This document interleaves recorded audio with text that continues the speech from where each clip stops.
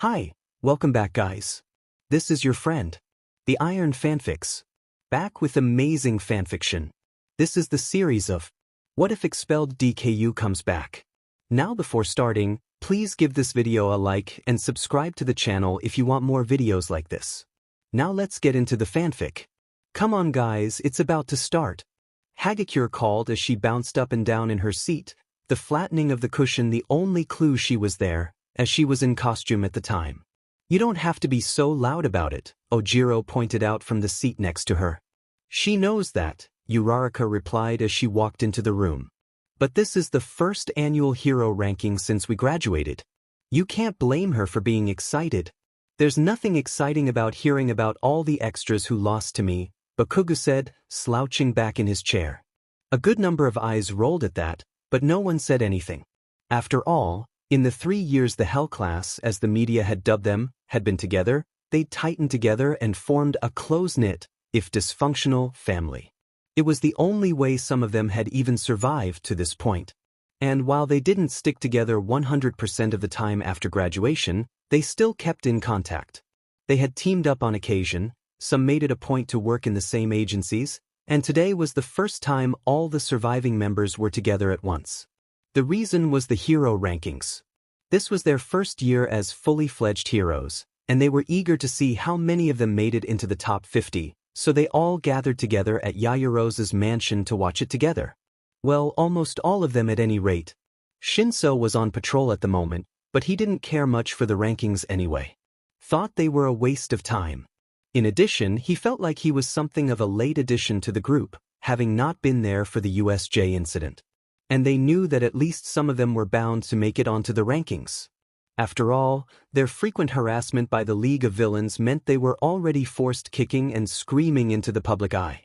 Todoroki Shudo already had a head start in that regard. Being the son of the number 2 hero, no one cared that Endeavor had moved up since All Might's death. No one ever truly considered him number 1. But the entire class had gained considerable notoriety after events like the USJ attack and the Kamino incident. Even before their official graduation, the Hell Class were already considered heroes to some extent. Ooh, it's starting! Uraraka gasped as the ranking began, and some guy none of them would remember the name of began introducing them. We can see that round face? Bakugo growled. This is so cool. I can hardly contain myself. Hagakure whispered. Bakugo rolled his eyes. It's not like you'll be on it anyway. Invisib ******, he grumbled. You and mine are both underground. I know that, but still. And with that, the banter went quiet as the ranking began. And right out of the gate, said the voice on the TV, we have a graduate of UA's Hell Class making the list at number 50, the shining hero, can't stop twinkling. This was accompanied by a photo of Aoyama in all his fabulosity. Only 50? Mon Dieu, Aoyama groaned. I told you, Jiru piped up from behind him, you're not going to get far with a name like that. Even still, the top 50 is nothing to sneeze at, Yaoyorozu said comfortingly. There are hundreds of heroes competing. You'll do better next year. The rankings continued, with UA's hero courses filling out a lot of the 40s. Uraraka was honestly surprised she made it onto the ranking at all, but there she was, at number 41. Admittedly, she was hoping to be a bit higher up, but she was predominantly a rescue hero, and rescue heroes didn't get as much recognition as the ones who went after villains, like Bakugo, for example. Motherf *****, who was currently pitching a hissy fit over being ranked at number 38. What, did you really think you were going to be number 1 your first year? Asked Jiru. Of course not, I'm not any stupid. But I was expecting top 20 at the very least. He stood up and stomped away.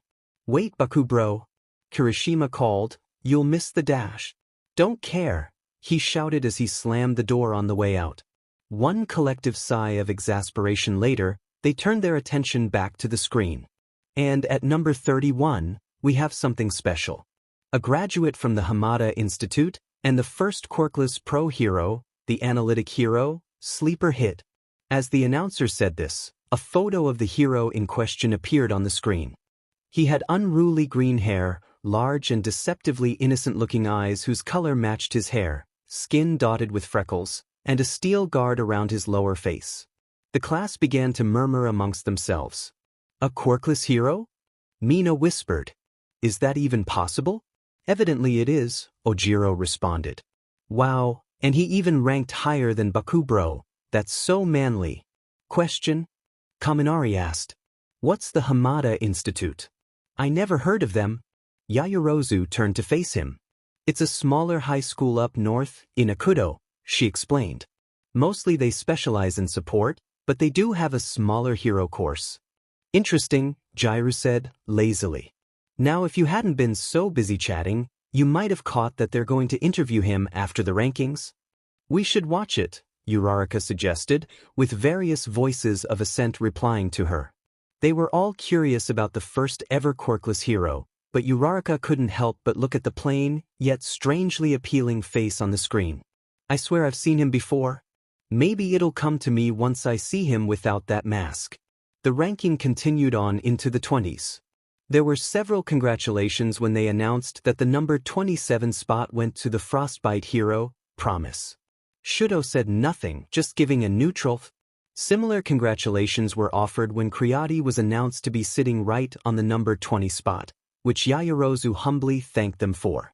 Shortly afterwards, Kirishima bashfully accepted their congratulations for reaching the number 18 spot, making him the highest-ranked hero of their class, much to their surprise. There weren't many other surprises after that. Lemillion had skyrocketed in popularity once he recovered from his injuries at the Shai Hasaikai raid and had emerged at the number 10 spot. He was already a universally beloved figure, with his genuine smile and offbeat permeation quirk. Plus, Hagakure owed him for helping her finally get a proper costume. Endeavor was still in the number 1 spot because of course he was. Siro, Koda, and Shoji all sighed, being the only 3 of the 17 members of the class who didn't make it onto the rankings. Unless you counted the underground heroes Hagakure, Shinso, and Tokoyami, who didn't get ranked because that would defeat the entire purpose of going underground. They had a bit of a break before the interview was bound to start, so Sato offered to make some cookies for everyone since they were all here. Well, aside from Bakugo, obviously. Finally the time arrived and Sleeper Hit was on screen, dressed up in full costume, including the mouthguard, which didn't really help Uraraka identify him. He was seated across from the host, a woman with dark red hair that had what appeared to be strobe lights gently pulsating through it like a deep-sea creature, no doubt an effect of her quirk. It's good to have you on with us, Sleeper. Likewise, Shishina-san. His voice was youthful, and yet something about it seemed a little off, as though he was trying to suppress a stutter. You know, when I first made my debut about a year ago, a lot of people just kinda wrote me off as a gimmick hero, a novelty. That's definitely true, Shishina responded. And I have to admit I was initially of that same mindset, so, egg on my face, huh? No hard feelings, Sleeper replied, waving his hand and laughing it off. I don't blame you for not believing in me. I don't think anyone did aside from my own mother. Well, that's a little depressing, Uraraka thought to herself as she continued to try and place where she saw this guy before now. She knew it had to be somewhere.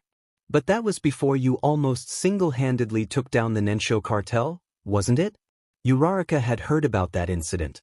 She only knew the broad strokes of the incident. She was hospitalized from overusing her quirk at the time, and hadn't really paid any attention to the hero involved until now.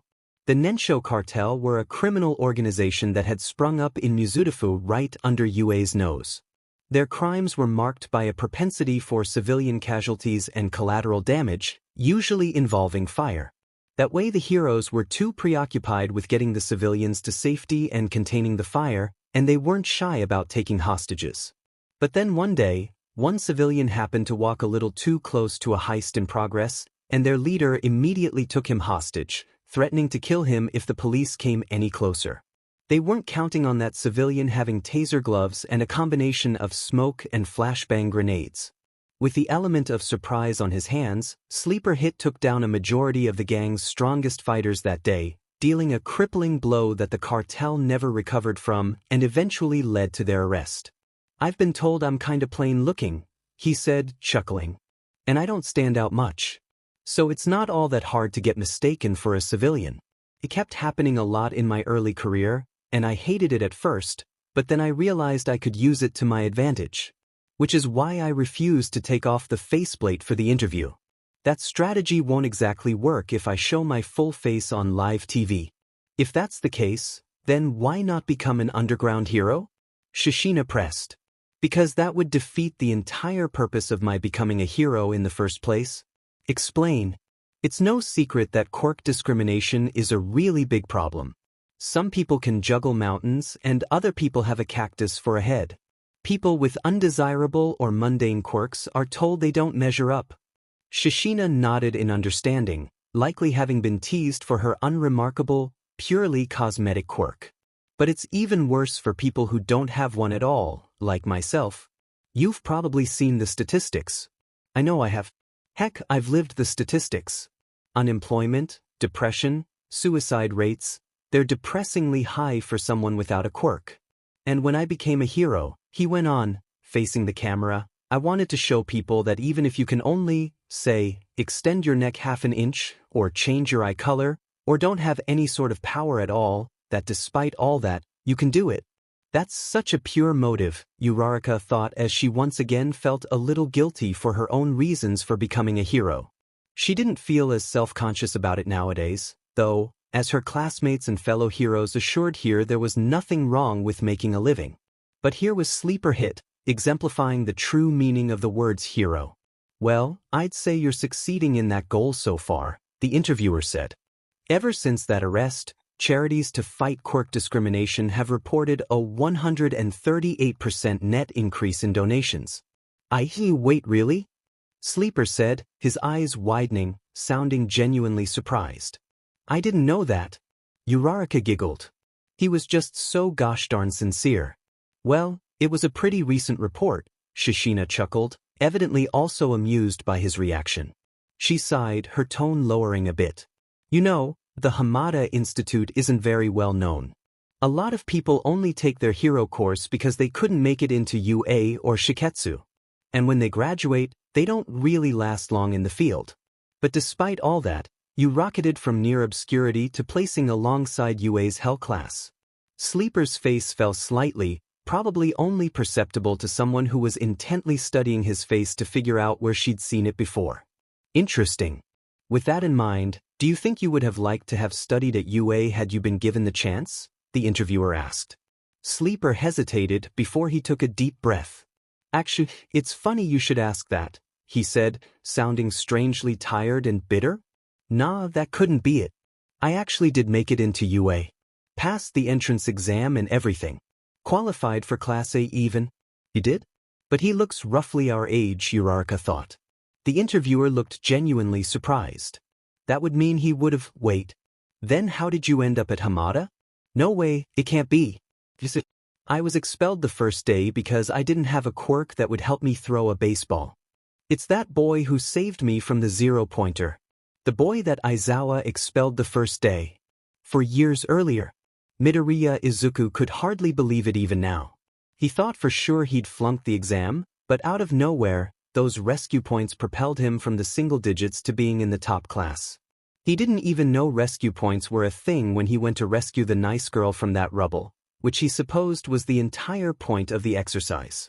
Taking a deep breath to calm his nerves, he looked up at the massive door to Class 1A. Well, this is it, Izuku, he thought. Today's the first day of the rest of your life, and these will be your classmates for the next 3 years. I just hope that Kaken and that scary glasses guy aren't in this class. Steeling himself, he stepped through the door. It's the first day and you're already ruining school property, you delinquent, the scary glasses guy yelled. You're kidding me, right? Kaken smirked. Did your old school put a stick up your A***, or were you just born that way? I don't know what I was expecting. Trying to make himself as small and invisible as possible, he casually strode towards his assigned seat and tried not to be noticed, until he realized his assigned seat was directly behind Kaken's. A point made clear when the explosive blonde turned and locked eyes with the broccoli-headed boy. Well, life was fun while it lasted. Deku, he yelled, his hands already sparking. What the F*** do you think you're doing here? Kaken. Izuku stammered as he could already feel the impending burns. This is my classroom, same as yours? Bullsh. Then, as quickly as they started, the small explosions ceased. Kaken looked down in disbelief, before looking up at Izuku as if he was accusing him of somehow deactivating his quirk. That was when one of the room's inhabitants decided to make himself known. Unbelievable. You're already fighting and class hasn't even started yet? The lanky, black-haired man tiredly droned as he stared directly at Kaken, his eyes glowing. No way. Eraserhead is our homeroom teacher? I was hoping to test your situational awareness, but it would seem I can't even do that. With that, everyone who was in class sat down quietly, Izuku lamenting that he didn't even get to properly say hello to the nice girl, though he at least counted his blessings that he didn't have to deal with the intimidating glasses-wearing student as well. Kaken turned his head to glare daggers at Izuku every 20 seconds or so as the rest of the class filed in. Finally, it was time for class to begin proper. Aizawa-sensei informed them they wouldn't be going to orientation and had them change into their gym clothes and head out onto the field. Izuku did his best to avoid all forms of human contact while in the locker room, making sure there were 3 people between him and Kaken at any given time. When he was informed that the class would be undertaking a quirk assessment, Izuku got a bit worried, but remembered the training. Relax, you're in top physical condition from all that training you did on Dagoba Beach, he thought as everyone was fixated on Kaken launching the baseball into the horizon.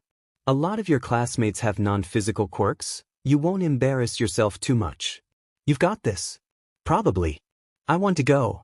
That looks like fun, the pink girl exclaimed. Fun? Aizawa echoed back. All right then, how about this? Whoever comes last has no potential and will be expelled immediately. That sound fun to you? I really hope I got this. To his dismay, he found that every classmate of his managed to get stupidly high scores in something. Even the ones who didn't seem to have quirks that enhanced them physically. The short one with the odd purple hair found a way to use his quirk to cheese the sidestep test, and even the invisible girl absolutely aced the flexibility test. His nerve began to overwhelm him as the tests drew to their conclusion, and he definitely stood no chance at the ball test, not when the nice girl from the exam scored an infinity on that particular challenge.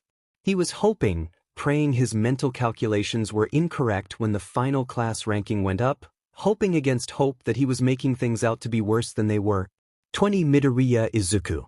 And just like that, his hopes and dreams seemed to fizzle out right there.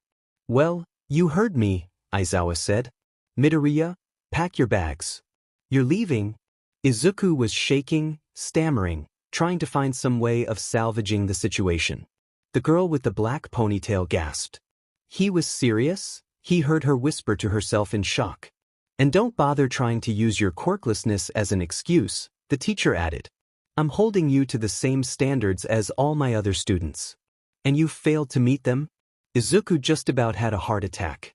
Not only was he being expelled, but he had just been outed as quirkless in front of the entire class. He didn't even bother to look at Kaken then, already having a clear picture of his venomous, smug, I told you so expression without even having to turn his head. His mind and body were on autopilot, turning around and trudging his way back to the locker room. His walk of shame took him past a tall, lanky, skeletal-looking blonde man he figured was just the janitor or something, who did little more than look at him sympathetically. I should have known it was too good to be true. As Midoriya rounded the corner and out of view, Aizawa felt a twinge of pity that he quickly suppressed. Don't let your emotions put lives in danger. His heart is without a doubt in the right place, but no matter how hard he tries, no matter how skilled he might be, he'll only be a liability on the field. He'll be going up against villains who are physically better than him, against odds that even heroes with the strongest of quirks would struggle with. It's only logical to let someone more well-equipped take his place. Better to crush his dreams now than to let harsh reality kick his face in later on down the line. Even if it means fudging Hagakure's score a little. After all, he was an underground hero, and people like him had to do questionable things to save lives. And that was exactly what he was doing today. Still, he hoped his conscience wouldn't continue to gnaw at him. He dismissed his class for the day, knowing he had drilled some respect into them. Bakugo would definitely be a problem child, but he had made heroes out of worse before. And besides, with the initial weeding out over with, he could get to work prepping Shinso to fill the vacancy. Ochako couldn't stop thinking about that boy. She wanted to stick up for him like she did after the exam, but something told her Aizawa wouldn't be as approachable as present Mike. It just seemed so unfair to her. He put his life on the line to save mine, and this is how he's rewarded. Still, she didn't say a word. Neither did Ishido, who was uncharacteristically quiet the entire walk back to the locker room. From what little Ochako had seen of her, the acid girl was a social butterfly, but she was silent. She's probably blaming herself, she thought. After all, it was her remark about the test being fun that made Aizawa give that ultimatum. Or maybe he would have done that anyway. Who knows? Stepping out the front door to the school, she was making small talk with Ida, the supposed stick-in-the-mud who was actually pretty nice once you got to know him, when they noticed the solitary figure trudging sadly towards the front gate. It's him, Ochako thought, speeding up to try to catch up to him, hoping to properly thank him for what he did, console him for what happened, but then her mind hit a bit of a roadblock. Crap, what was his name again? I only saw his name on the scoreboard for a split second. Wait, what did Bakugo call him again? Alright. Hey, Deku, wait up. The boy suddenly stopped dead in his tracks, Ochako feeling relieved that she'd gotten it right, only for Deku to suddenly break out into a run, darting away from the school at full speed. Ochako blinked in confusion, as did Ida. What happened? The bespectacled boy asked. I'm not sure, she replied. His surname was Midoriya, wasn't it? It was, I think. I wonder why he bolted like that. Later that evening, Ochako would do an online search for Deku Midoriya, hoping to find him on social media and maybe reach out to him that way. She didn't find him. But she did find out what Deku meant. She didn't get much sleep that night. A week later, Izuku wasn't even surprised as he and his mother went through the mail that morning. He wasn't even that disappointed. Not like he expected much to begin with. Upon hearing of her son's expulsion, Inko was furious at the school for allowing it to happen. She demanded he let her sue UA, but Izuku pointed out that A, the teachers at UA were well within their rights to expel whoever they wanted for whatever reason, and B, even if they weren't, UA's legal team were top-notch and would win regardless. So instead, she suggested they try to contact some of the other hero schools in the area. After his shining performance on the entrance exam, at least one of them was sure to let him attend. It was worth a shot, Izuku had said. But then the response letters arrived, and they all said roughly the same thing with different wording. They'd love to have him, but to make a transfer partway into the semester after having been expelled would be a bureaucratic nightmare, and their classes were full, so he should try again next year. Translation: we don't want a quirkless reject to take up space. Shiketsu turned him down. So did Ketsubutsu. And Seijin. And everywhere else they tried. Inko was just about the end of her rope, and she was starting to become concerned that was close to being literal in Izuku's case. But then they got to Hamada's letter, which was significantly thicker than the others.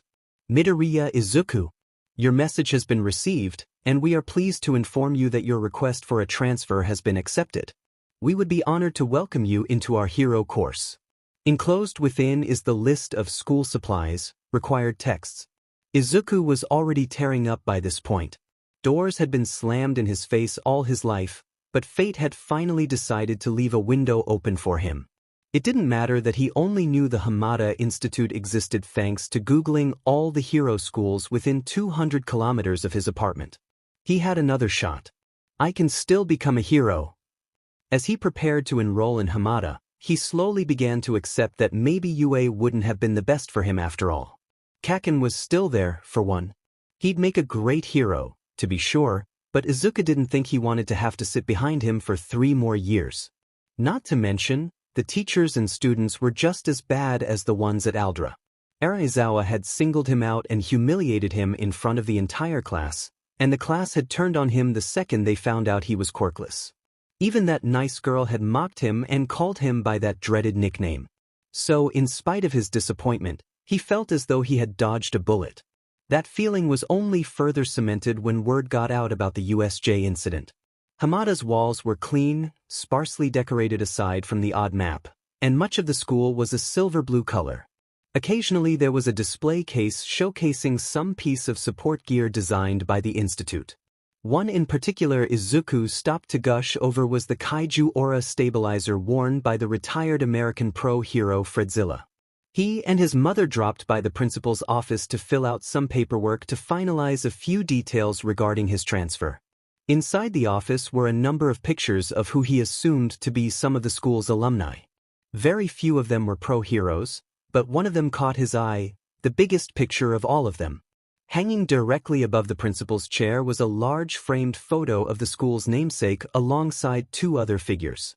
On the left was a teenager, about Izuku's age actually, with square glasses, unruly black hair, and a blue hoodie. Even though the subject was younger than most knew him, Izuku recognized him immediately as Hamada Hero, better known as the technopathic neuronic hero, Macro 6. On the right was a taller boy, looking about college age, who seemed to be related to Hiro but whom Izuku didn't recognize. And in the center was a person with some sort of pillow quirk? No, that looks artificial, it's a balloon or something. Actually, it was a robot, the principal said, clearly picking up on Izuku's struggle to decipher the picture. It's nice to finally meet you too. I'm Principal Ribaru Sutano. He was a kindly-looking old man with rectangular green-tinted glasses, a mustache, and thinning hair. It's a pleasure to meet you, Mr. Ribaru, Inko said, bowing slightly. This won't take long, I promise you, just some paperwork you need to fill out while I ask the boy a few questions. And maybe answer a few of his as well. Inko smiled and nodded, sitting down to fill the papers out. Izuku sat down and cleared his throat. Yes, sir? I'm really grateful you'd extend this invitation to me. We're glad to have you. You should know, before your message arrived, I was already thinking of contacting you. Really? Izuku asked. Oh yes. One of the faculty members at UA, who asked to remain anonymous, sent me a video recording of your entrance exam. And I must say, UA doesn't know what they're missing out on. He leaned back in his chair. I should let you know that we're aware of how quirkless are treated in most schools, and I'd like to inform you that our school has a strict policy on quirk discrimination of any kind. You'll be safe here. Izuku glanced up at him warily. That was what Aldra Junior High had said, but as it turns out, the rules mean nothing when the people who are supposed to enforce them just don't care. Ribaru smiled kindly. Looks like you need some convincing. Tell me, who is this school named after? This was easy. Hamada Hero, Izuku said. The old man shook his head. Incorrect? Izuku looked surprised. Really? The principal turned his body and gestured to the big photograph. That's Hiro on the left. But the other boy in the picture is his older brother, Hamada Tadashi. He was a brilliant scientific mind, doing a lot of great work as hero support. He was the one who developed the microchip used in most modern medical robots. In fact, he was Hiro's inspiration to become a pro hero. Izuku never knew this side of Macro 6. So, why have I never heard of him? He was quirkless. Izuku gasped, and Inko's eyes widened a bit as she stopped writing. Ribaru chuckled again before a serious expression came across his face. He died in a lab accident the day of his brother's graduation. Hiro did his best to preserve his brother's memory, but even decades ago, the quirkless were on their way out as far as society was concerned, so nobody cared. He turned back to Izuku. When Hiro founded this school, people always associated the Hamada name with him, but he always intended it to be named for his brother. So it would go against everything our founder stood for if we were to turn you away for losing the genetic lottery. He looked the boy in the eyes as Izuku began to tear up again. We would be honored to have you attend the Hamada Institute. Uraraka blinked as the memory of that first day flooded back to her. She hadn't had a lot of time to dwell on it through her time at U, what with all the other insanity she had to deal with, but occasionally her mind wandered to that unassuming quirkless boy she had unwittingly scared off. What if she managed to befriend him? Where was he now? She had asked herself that every now and again, and now she knew the answer. From nearby, Ashido gasped in recognition, and a few of the other students remembered him as well. Uraraka turned this new information over in her head before coming to a very definite conclusion. I think we should pay him a visit. I'd like that, Ashido said, strangely quietly. Yeah, I'm all for it, Kirishima added. But there's just one problem. I have no idea what agency he works for. Yaoyorozu was already in the midst of an internet search. I can't find the information anywhere. It seems as though, even as a Daylight Pro hero, he keeps a lot of information secret and lives a remarkably private life. Uraraka said, thinking. Maybe Bakugo knows something. It seemed like they had a history together. I'll ask him, Kirishima suggested. He copied the link to the interview and texted it to Bakugo, asking if he knew anything that would help them track down the elusive sleeper hit, and then press send. A few moments later, everyone swore they felt a small earthquake followed by the distant sound of a scream of rage. Once it became apparent that Bakugo wouldn't be any help, the small group debated on what to do next. Maybe we should just drop it for now, Uraraka suggested. With him in the public eye, we'll probably find out more about him soon. Yeah, that makes sense, Ishido sighed. I'm not sure I understand, Yaoyorozu cut in. Why is it so important for you to find him? Uraraka again sighed. Even if he was only our classmate for one day, he was still our classmate? Not just that, Ishido added. I need to make it up to him for getting him expelled. I need to apologize too, Uraraka admitted. I could have been his friend, but all I did was drive him off. And I just want to tell him how manly he is for standing shoulder to shoulder with the best heroes around without a quirk, Kirishima said with his typical level of admiration. The former class representative and unofficial class mom seemed deep in thought, but gave a slight smile. Then I'll help as well. Perfect. Ishido cheered, having regained some of her trademark energy. Then I hereby declare us the Sleeper Hit Friendship Squad. Aizawa stepped into the principal's office with an unreadable expression. Nedzu already had some cups of tea laid out and the same unnerving smile he usually had, the morning light streaming in through the open windows. Thank you for coming on such short notice, Aizawa. Please, take a seat.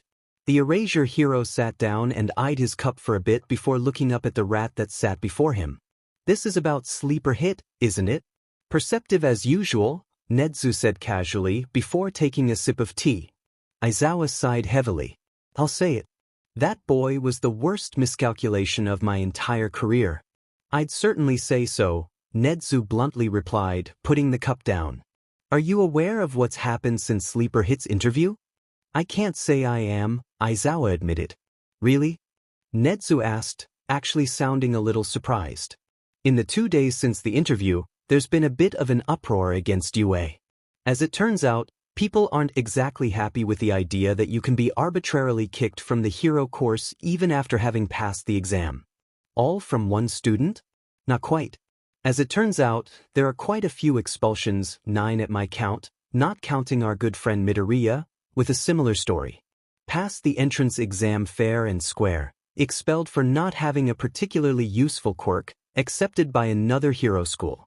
Not all of them were yours, but your track record is still quite impressive.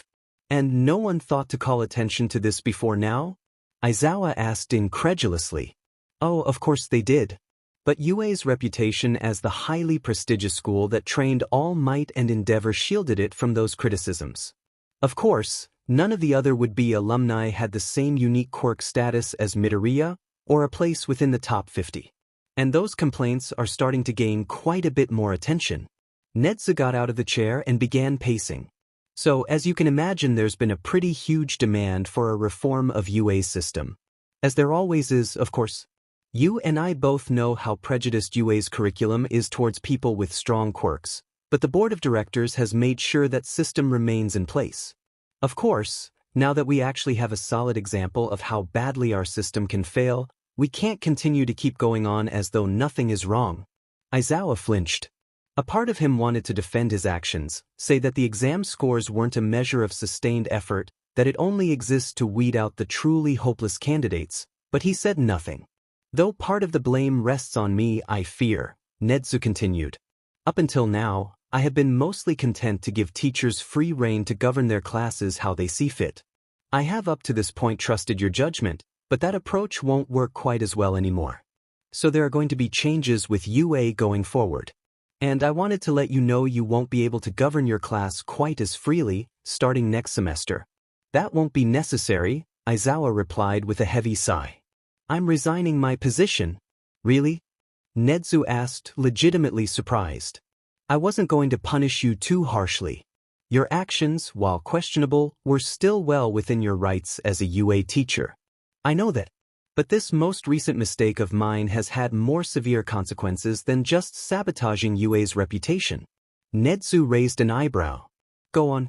Sleeper Hit arrested 17 criminals in one fell swoop that day, he explained. And a lot of them had pretty strong quirks. He knows how to deal with crowds, and he knows how to work around quirks. He's not the analytic hero for nothing. How many times in that first semester did my class have to deal with a large number of villains? Quite a few times. But the USJ incident specifically, Aizawa continued. During that exercise, we were one student short. I know it's pointless to dwell on what could have been. But part of me knows that if I hadn't expelled Midoriya, if he had been there for that exercise, then maybe Azui and Mineta would still be alive. He stood up. So I cannot, in good conscience, remain here at UA. Nedzu looked upset, but nodded in understanding. I understand. And I accept your resignation. Aizawa bowed. Thank you, sir. And with that, he turned and walked out of the room. I feel like I owe UA something, you know? Uraraka said between slurps of ramen as Ishido nodded. But I can't ignore it either. The two were sitting in a ramen shop before their patrol. I get you, Ishido replied. I want to defend UA too. But when you think about it, we were the lucky ones. She took another slurp. You can lift 1,000,000 tons with only nausea to show for it. I can melt through walls, and Kirishima? Not only is he indestructible, but didn't his quirk, mutate right after the Kamino incident and give him, super-duper strength? It's so unfair it's not even funny. Kirishima might as well have 2 different quirks while Sleeper Hit doesn't get any. Well, look on the bright side, Ishido said. You can't say Sleeper Hit isn't doing well. Yeah, I guess that's true. Just then, both of their cell phones vibrated at the same time. Simultaneously, they checked them. Villain attack in progress in the Surasudo Industrial Park. All nearby heroes please respond ASAP. Surasudo, that's just 2 blocks away from here. Uraraka quickly shoved the remaining ramen into her mouth and the two quickly ran off, before realizing that they had to get into their hero costumes first. Thankfully they usually did have their costumes on hand for situations like this, but changing in a restaurant bathroom wasn't the most dignified thing in the world. Still, not 2 minutes later an alien queen was acid skating towards Surasudo at high speeds while Uravity flew through the air just behind her. 3 villains were grouped together as they walked through the abandoned power plant, looking round for the hero who was giving them so much trouble.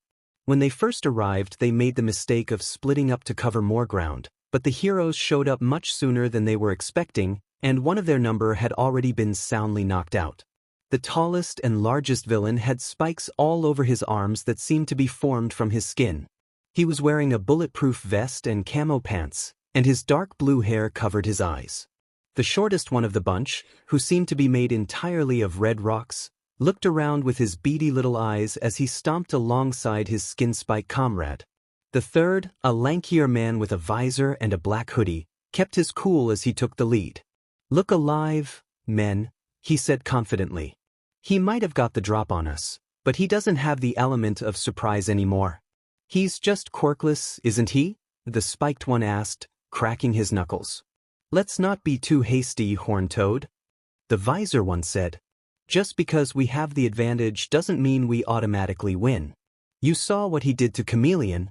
The 3 of them were standing in a courtyard of sorts, an open area surrounded on all sides by bigger metal structures and generators. They had broken into the plant to steal parts to sell on the black market, but just after arriving, Sleeper Hit got the drop on them and took Chameleon down almost immediately. Just then they heard a noise around the corner. "Hila, go check it out," the leader ordered. Hila, the short rocky one, said nothing as he rounded the corner to check. Just as he walked out of sight, the leader spasmed as a jolt of electricity flew through him.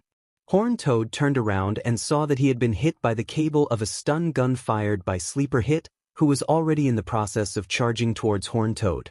The spiky villain blocked with his arm, and while the spikes didn't damage Sleeper thanks to the metal gauntlets he was wearing, it also blocked the incoming punch.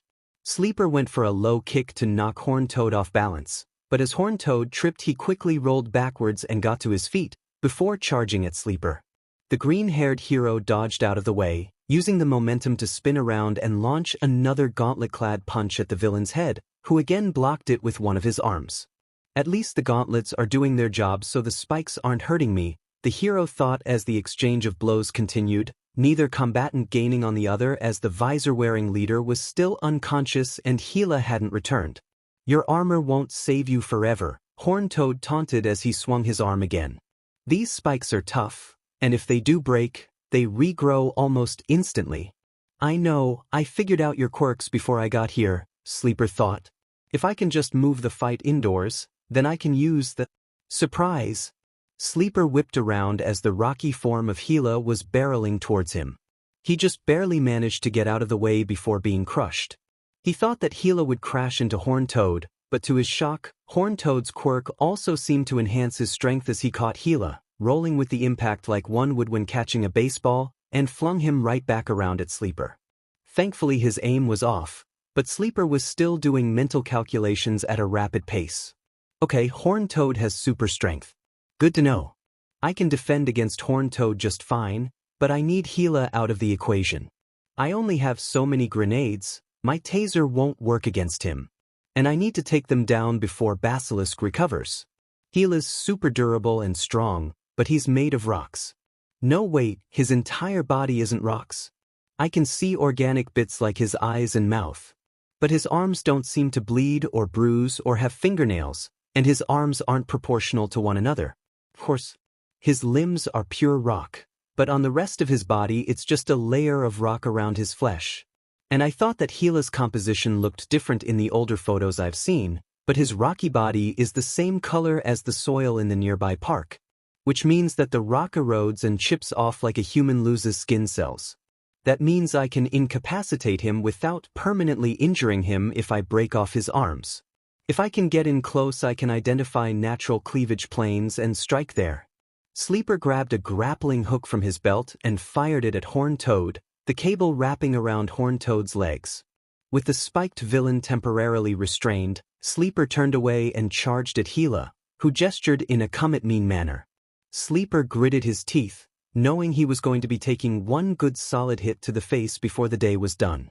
Thankfully, due to Gila's arms being made of rocks, they were a bit slower, so Sleeper was easily able to block his hits as he examined his arms for any hint of a weak spot. Finally he found it, a small, subtle line between two slightly different shades of red. He rolled out of the way as Gila went in for a power hit, before stopping next to a transformer. He quickly ripped a sheet of metal off the transformer and jumped into the air, aiming it precisely enough to slice down onto the line, cleanly slicing through the rock. It was just as he suspected, the arm was completely made of rock. Though he didn't envy the amount of pain Gila was in if the gravelly wailing was any indication. Regenerative or not, losing an arm had to hurt. Doubled over in pain, Gila wouldn't be participating in the fight anytime soon. That's two down. He turned his attention back towards the other villains, but gasped as he saw that not only had Horned Toad recovered, but the visored villain, Basilisk, had also gotten to his feet, and was in the process of removing his visor. Time for a tactical retreat. Taking one of his remaining smoke bomb, only 3 left, he created a smoke screen, masking his escape. He ran to a nearby tower and scrambled up the scaffolding, grateful that his metal gauntlets and boots were also well insulated. Hiding out of view, he caught his breath. He began to formulate a strategy when his earpiece began to make a noise. Sleeper hit? This is pro-hero Uravity. Me and Alien Queen are en route to your position. He blinked, then shook his head rapidly. Now wasn't the time for him to bring his personal issues to work, they had villains to defeat. I read you, Uravity, Sleeper Hit said quietly. Alien Queen, you there too? Yeah, I'm here. 2 of the villains are down, 2 remaining. One of them, Horned Toad, has a quirk that allows him to form super strong spikes out of his skin, as well as giving him strength enhancement. The other, Basilisk, can create a layer of thin rock around you if he stares at you long enough. Alien Queen, your acid, even on its lowest potency, should be able to severely weaken the spikes, And I think a higher intensity should melt through the stone covering if any of us gets hit by Basilisk's stone vision. Uravity, one of the down villains, has a quirk that makes him partially made of rock. He's incredibly heavy, but if he were to lose gravity, he'd make an effective projectile. The smoke below him began to clear, Horned Toad and Basilisk both looking around furiously for him. It was only a matter of time before he was spotted. Horned Toad should be the first target. Basilisk is physically weaker, but we can't get to him until Horned Toad is dealt with. There he is. Horned Toad shouted from below, beginning to pound on the structure on which Sleeper was hiding. It began to shake. Sleeper Hit grunted in frustration. They found me. We've just arrived, we'll be joining you shortly. Gotcha. The tower shook again and he wasn't sure it would hold out much longer. Pulling out the spare grappling hook he had and thanking his lucky stars he had the foresight to carry multiples of them, he fired it onto another structure across the complex, and when the cable had hit its mark, he swung down towards the two villains, trying to angle himself for a massive kick towards Horned Toad. He hoped the momentum would allow his kick to break through Horned Toad's guard, but once the kick connected with the spikes and did nothing, he swore under his breath.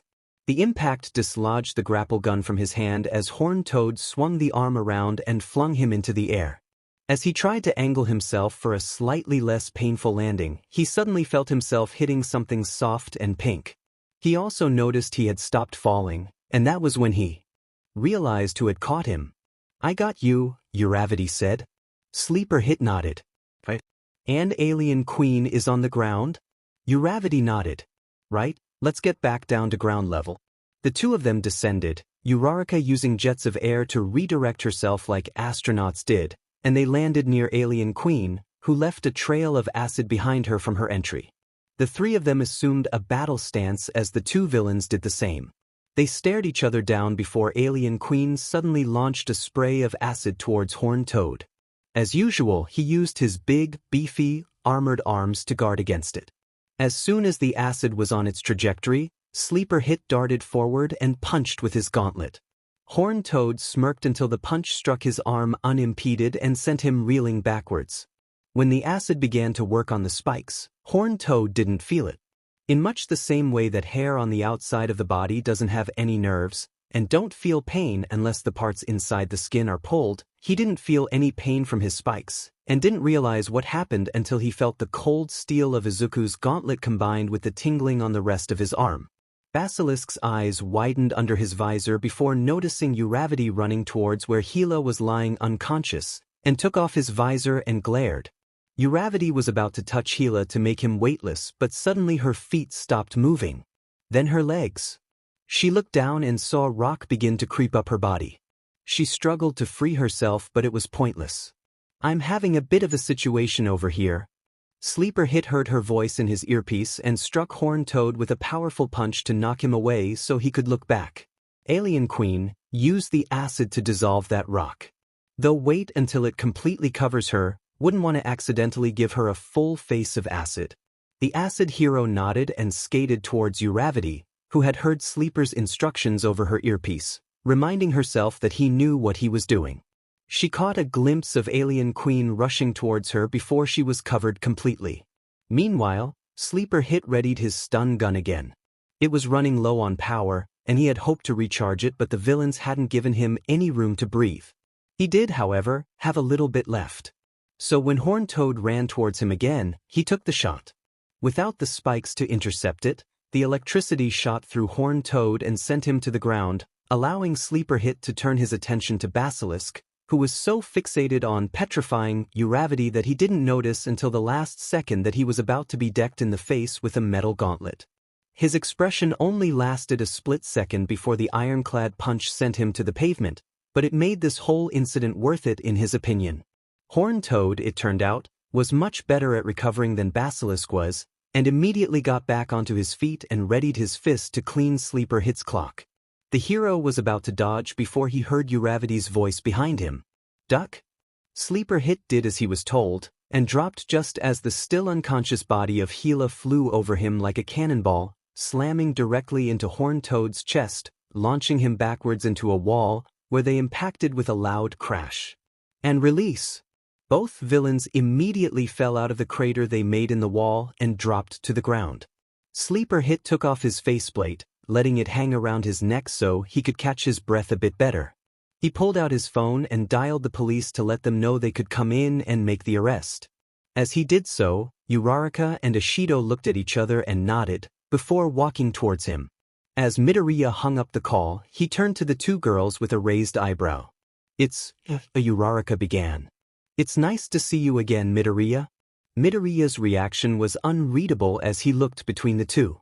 "I remember you. I don't think I ever got your names, though." Uraraka Ochako. "I'm Ishido Mina." "Alright. I'm Midoriya Izuku." "Izuku, so that's his name." "Izuku, I owe you an apology." Uraraka decided to cut to the chase. "I'm really sorry about calling you that nickname. I didn't know it was an insult. I heard Bakugo call you that and I dunno, I thought it sounded cute." Before Midoriya could respond, Ishido spoke up. "And I'm sorry for getting you expelled. I just opened my big mouth and dash." Midoriya cut her off with a raised hand. "I know. You don't have to say anything." Uraraka smiled a bit, looking hopeful. "That was easier than I thought it would be. I get it. You saw me on TV the other day, remembered me from the first day, and now you want to be friends with me now that I'm no longer a quirkless, useless Deku?" Uraraka's face fell. Does he really think we're only apologizing because he's a hero now? And no, we wanted to apologize for a while now but we couldn't find you. He said skeptically. It sounded like the venom he had suppressed was creeping back into his voice. "I'm willing to bet you completely forgot about me the next day and only remembered when I ranked above you." "How can you even think that?" Uraraka replied, sounding hurt. "You saved my life." Looking back, it's a miracle he stayed so professional during the fight. "And then you called me useless?" "I just told you I didn't dash." They were interrupted when the police showed up. They immediately began swarming in with paramedics, rousing the villains awake after slapping them in Quirk suppressant handcuffs. "Well," Midoriya said, reapplying the faceplate, "I need to head back to the agency and file my report." He turned to leave, but a couple steps later, he stopped and turned. "Oh, and Ishido?" "Why yeah." Ishido replied nervously. "I don't blame you for getting me expelled. They would have found an excuse regardless." And with that, he took his leave, brushing past a couple officers in the process. Uraraka just stared at the ground in shock. He really thinks I hated him? Did that nickname really affect him that much? Ishido, however, simply watched him as he disappeared around the corner. "I gotta say, I keep hearing people calling him plain-looking, but now that I've seen his face, I couldn't disagree more." She was met with silence. "Uraraka?" She turned and saw her friend bending down to pick something up. "He left behind both of his grappling guns," she said, turning to show Ishido the damaged piece of tech. "You think we should return these?" Ishido shrugged. "He'll probably just replace them anyhow. And wouldn't he just think you were sucking up to him?" Uraraka tossed the grappling gun up and down in her hand. "Yeah, I guess that's true. There's got to be some way we can." She stopped, holding the gadget up closer to her face. "Wait a minute. What's up?" Ishido asked, moving in to see what got Uraraka's attention. Uraraka turned the gun around and showed Ishido what she saw. The back end of it has the logo for Hatsume Industries on it. Ishido took the gun and looked for herself. Sure enough, there it was, a pair of goggles shaped and stylized to resemble the Romaji letter H. "Yep. That's her all right." "I thought he hated you." "I do too. And even a lot of the other UA graduates a little freaked out by her. So why would Midoriya go to her of all people for support gear? Especially considering Hamada's more well-known for its support department than its hero course." Uraraka faced Ishido with a determined look on her. "Guess we're going to find out." Shinso stared at the link that was sent to him with indecision. The night of the hero ranking, Kirishima sent him this link. At the time, Shinso rolled his eyes and reiterated he couldn't care less about the rankings. Kirishima immediately texted back and said no, it has almost nothing to do with the rankings and that he needed to see it. So he clicked the link, saw it was an interview, and immediately closed it because he didn't care what sort of gossip the class was going on about this time. But over the past couple days he'd been hearing a lot more discussion about quirk discrimination, which wasn't something people generally liked to talk about, which was his first indication something was up. Then he heard a remark about how quirkist the hero course of UA was. This did not sit well with him at all. Aizawa was willing to give him a shot at being a hero in spite of his villainous quirk, and the other students had been pretty accepting. On average, anyway, Bakugo thought he was creepy. It was impossible to gauge how Todoroki was feeling, and Ojiro still hadn't quite forgiven him for the sports festival. But he wouldn't call them quirkist. It then dawned on him that this all began the day after the hero rankings, and he began to toy with the idea that he really should check out that interview after all. Eventually he shrugged and clicked play. And he watched. I was expelled the first day because I didn't have a quirk that would help me throw a baseball. He stared in disbelief. He shot a text to Kirishima with his first suspicion. I finally watched the interview. Was that kid supposed to be in our class? Shinso digested the words before his eyebrows formed into a glare. Not at anything in particular, he just glared. He soon had to push that thought to the back of his mind, started to suit up, putting his capture weapon on and covering it with his incognito jacket. He couldn't dwell on it during his patrol. He couldn't let himself be distracted. He was sure of one thing though. Next time he saw Aizawa, they were going to have some words. The girls reconvened at the mansion, the unofficial base of operations for the Sleeper Hit Friendship Squad, and told Kirishima and Yaoyorozu what happened. About the fight, about Sleeper Hit, about their argument, and about finding one of Hatsume's gadgets. It does make sense, Yaoyorozu said. As a quirkless hero, Midoriya would be heavily reliant on support gear, which Hatsume would be more than eager to provide. So we go over to her lab and ask her about it? Ashido asked.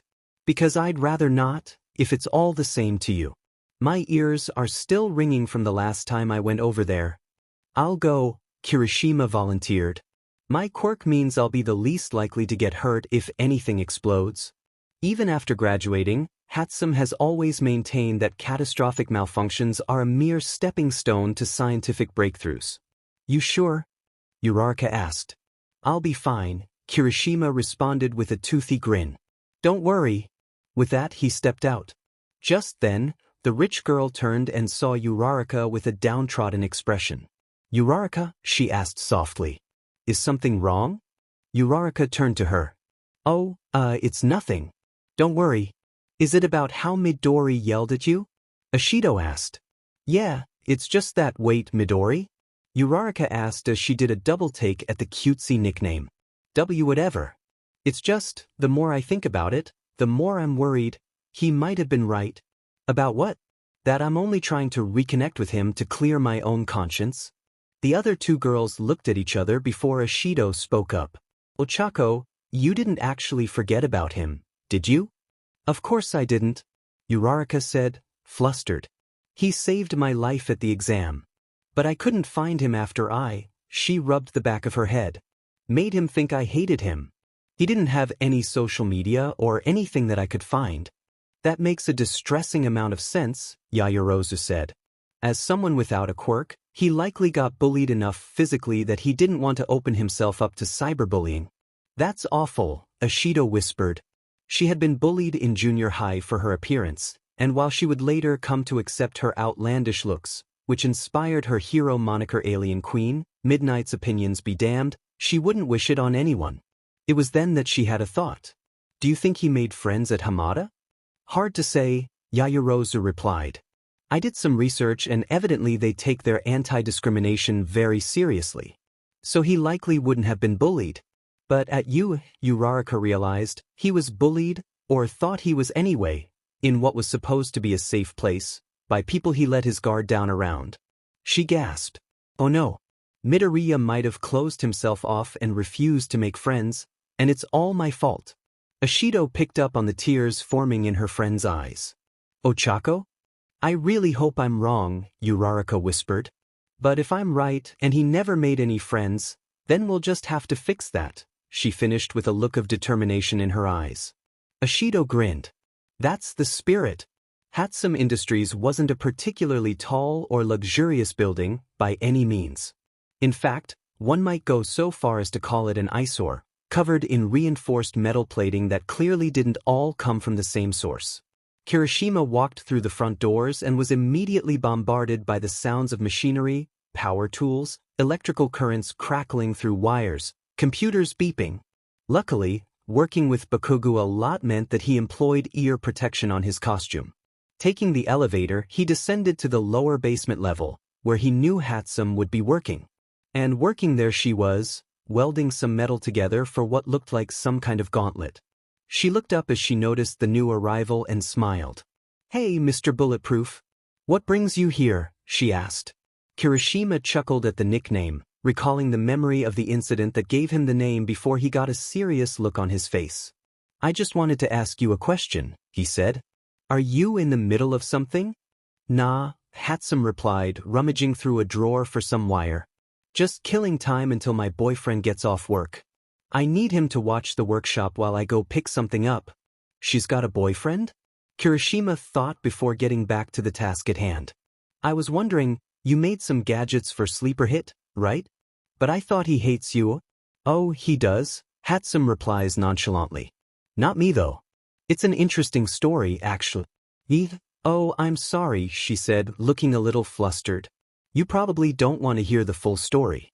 I've been trying to pick up on social cues. I've been told I have problems with that dash." "No, actually, do tell me, I'm really curious," Kirishima said. "Oh, really?" Hatsume asked, looking pleasantly surprised. "Well, pull up a chair then. We met during our second-year internships. You remember my little display at our second sports festival, right?" "I do. And I think you still owe the school for those bleachers you atomized. I'll pay them back eventually. Anyway, that caught the attention of the slice and dice hero, Wasabi, and I got an offer from him. Well, I got a bunch of offers, but I just kinda picked one at random and figured, why not? I don't actually get a lot of internship offers from hero agencies. Usually it's just support companies. So I went up to his agency in Akudo. Have you ever given field support to heroes in combat?" Wasabi asked as he ushered Hatsume into his agency's lobby. Wasabi was a tall, dark-skinned man built like a brick made out of smaller bricks, his hair tied back into a bun. His costume was green-colored armor, the front of which was styled to resemble a chef's apron. "No, I haven't. But I've been dying to try my babies out in real combat, instead of in a lab or on another student." "Well then, you'll get your chance," he said as the elevator dinged and an unassuming-looking teenager with green hair and a freckled face stepped out. "You'll be working with my other intern, Midoriya Izuku, hero name, Sleeper Hit. Midoriya, I'd like you to meet Hatsume. She's a support student from UA." If he noticed Izuku's expression sour, he didn't comment on it as he continued. "I know you're required to take support classes at Hamada, but at the end of the day, it doesn't even compare to a fully fledged support student. So I'm having her work on your gear, and when we go out on patrol next, she'll be out on the field with us, observing your gear in action, and providing more support if need be." "That's fine," Midoriya said. "I have some business to take care of," Wasabi said as he turned to leave. "You two get acquainted. The support workshop is at the far end of the hall." As he exited, Hatsume walked up to her fellow intern. "Nice to meet Broccoli Boy," she greeted, getting uncomfortably close to the greenette. "Hi," he nervously stammered out, so startled by the close proximity that the weird nickname didn't even register. "Hatsume, right?" "That's right. And you're gonna help me show off my super cute babies." "Your super what?" he asked, confused. "Oh, you mean your gadgets?" "That's right. And you're gonna take my babies with you no matter what." Izuku didn't quite know what to say, but soon collected his thoughts. "I guess that's for the best. I could really use some more firepower in the field." He sat down in one of the comfy chairs in the lobby. I interned with Wasabi because his quirk, Psychic Knives, basically does little more than give him an infinite supply of weapons. It doesn't actually help him use them, so he'd know a thing or two about using weapons. "What about you?" he asked. "You're from the oh-so-prestigious UA. I bet you were just drowning in internship offers. What made you pick this agency?" "I kinda just picked one at random." "So if your fighting style is focused around using weapons," Hatsume pressed, "your quirk must be something really low-key, right?" She definitely didn't notice or care as Izuku averted his eyes and huffed. What is your quirk, anyway? I need to know so I can create my babies around it. Midoriya gritted his teeth. May as well get it over with. I'm quirkless. For the first time in a good long while, Hatsume was speechless. Quirkless? Like, you don't have a quirk? At all? That's what I said. Izuku looked away again, bracing for the elitism, the superior attitude that UA students were wont to. That's incredible. Izuku blinked. I'm sorry. One thing I learned right off the bat is that it's really annoying to design gear around someone's quirk. Their bodies work differently and I have to take their weaknesses into account. But you, she stood up and gestured excitedly. You're like the baseline for the entire human race. Thanks. I guess? Oh, Izuku, you and I are gonna be friends, she said, grinning. I can design my babies specifically for you and adapt them to whatever hero needs them. All right, Izuku said, sweating. Well, at least she doesn't think I'm useless. Just think of it, Hatsume Industries, the support company that powers the first quirkless pro hero. She took Izuku by the hand and dragged him off.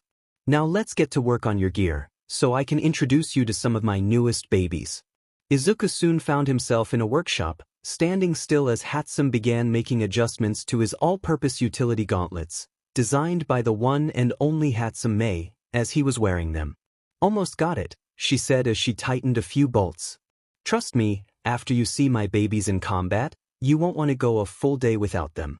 If you say so, he sighed. Say, Broccoli Boy, I was wondering who made your gear before now? I did. Oh? Hatsume asked. But Hamada's full of support students. Why not ask one of them to help? I'm sure one of them would be more than eager to take the load off your shoulders. I'd feel much better if I did my own work, he said. And I doubt they'd want to help a quirkless Deku like myself. Deku? She repeated. Oh, like the Deku scrubs from The Legend of Zelda. You do kinda look like one of them. I know just what they'd say, Izuku sighed. I'd love to. Really, I would, but I feel like my efforts would be better spent on a hero who isn't a lost cause. Sorry. I know Hamada is meant to be accommodating towards students without a quirk, but the other students are probably just as biased as the ones at UA. This made Hatsume pause. What's wrong with UA? She asked. It's one of Japan's best schools. I should know. If they let bullies like Bakugo in, Izuku replied, then it can't be that great. Oh, you know Explodey Hands? She asked before shaking her head. Why do you think the rest of UA is like that? Izuku sighed. He told her about passing the exam, how the first day ended in his expulsion, how the nice girl he saved turned on him. It just isn't cut out for people like me, Izuku finished. Hatsume had set her tools down and was listening intently. The students look down on me, the faculty think I'm wasting space, and even you only see me as a walking advertisement for your babies. You really think that? Hatsume said, shockingly quiet. Izuku's expression softened. Hatsume? Izuku. I like to think I've got an eye for talent. Literally. My quirk lets me zoom in on things from kilometers away. Just by looking at you, I can tell you're gonna go places with or without my help. And after hearing your story, I've decided I'm gonna be the one to help you get there, whether you like it or not. Izuku was speechless. He began to tear up a bit, old habits dying hard and whatnot. Hatsume. It just so happens that this is also good from a business standpoint, so that's a plus. Now hold still so I can adjust your other gauntlet. After that, he had me do all his support gear. Of course, this was on top of my other schoolwork, but nothing that the great Hatsume couldn't handle, she said proudly. Kirishima didn't know what to say. But amidst all his questions, one thing floated to the top of all his thoughts. If they let bullies like Bakugo in, then it can't be that great? Did he ever say how he knew Bakugo? Yeah, actually. He said they used to be childhood friends, Hatsume replied. Used to be? Well, what happened? Kirishima asked. He got his quirk and I didn't, a voice from behind him answered. Kirishima whirled around to find himself staring into the green eyes of Midoriya Izuku. Hey, Broccoli Boy. Hatsume called. How'd your patrol go? Kirishima got out of the way as Izuku stepped forward to meet her, a smile overtaking his face. It was really eventful. We finally caught the lizard gang. Uravity and Alien Queen showed up to help. Did you play nice with the other heroes for once? Hatsume asked playfully, getting into Izuku's personal space. Izuku didn't back down, instead seeming quite comfortable with the display.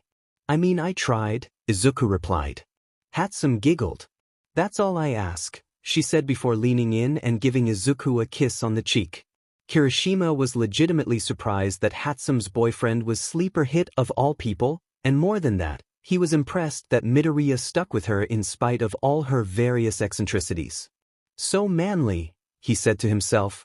Hey, Izuku, since you're off duty now, I gotta go pick up some parts that I ordered, so can you keep an eye on the lab and make sure nothing catches fire while I'm up? Sure thing. But I can't stay too long. I told Mom that I'd join her for dinner. Don't worry, I remember. She smiled, then turned to Kirishima. Sorry to leave before the story got to the really action-y part, but the place closes in 15 minutes. Gotta run. She made a mad dash for the elevator, leaving Kirishima alone with Izuku. So, sleeper hit, Kirishima began. I just wanted to say that what Aizawa did that first day was just super unmanly. Oh sure, you say that now, Izuku said, now that I proved him wrong. Kirishima sighed, remembering what Uraraka told him. Of course, unlike Uraraka, he never had any real interaction with him outside that fateful test. I guess I can't really argue, he admitted, scratching the back of his neck. What are you doing here? Izuku asked. Did Uravity put you up to this? Yeah, he admitted. She really wants to make it up to you, you know. She never meant to insult you. Please, Izuku rolled his eyes.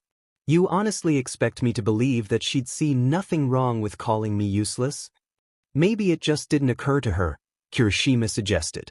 Maybe she thought it was short for Dekairu? Or maybe she thought it was because your hair makes you look kinda like a Deku scrub from Zelda? Izuku folded his arms. She heard it from Bakugo, and she saw how he acted.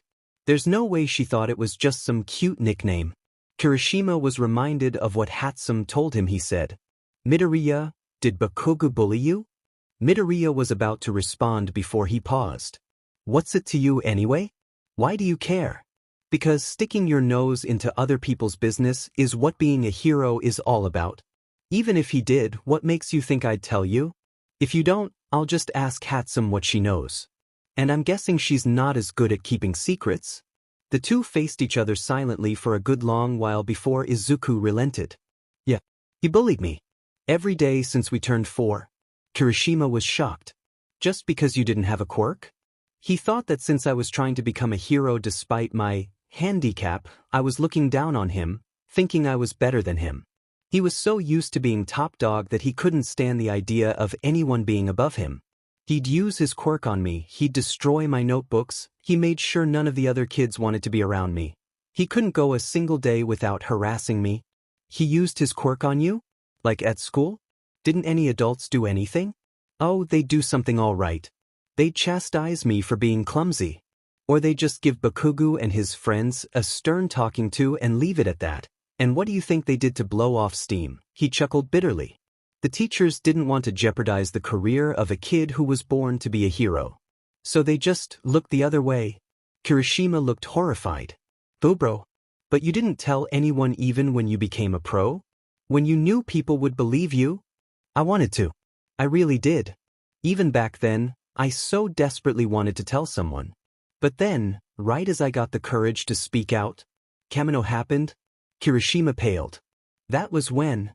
Izuku nodded. Bakugo was kidnapped by villains. All Might saved him from All for One, but sacrificed his life in the process.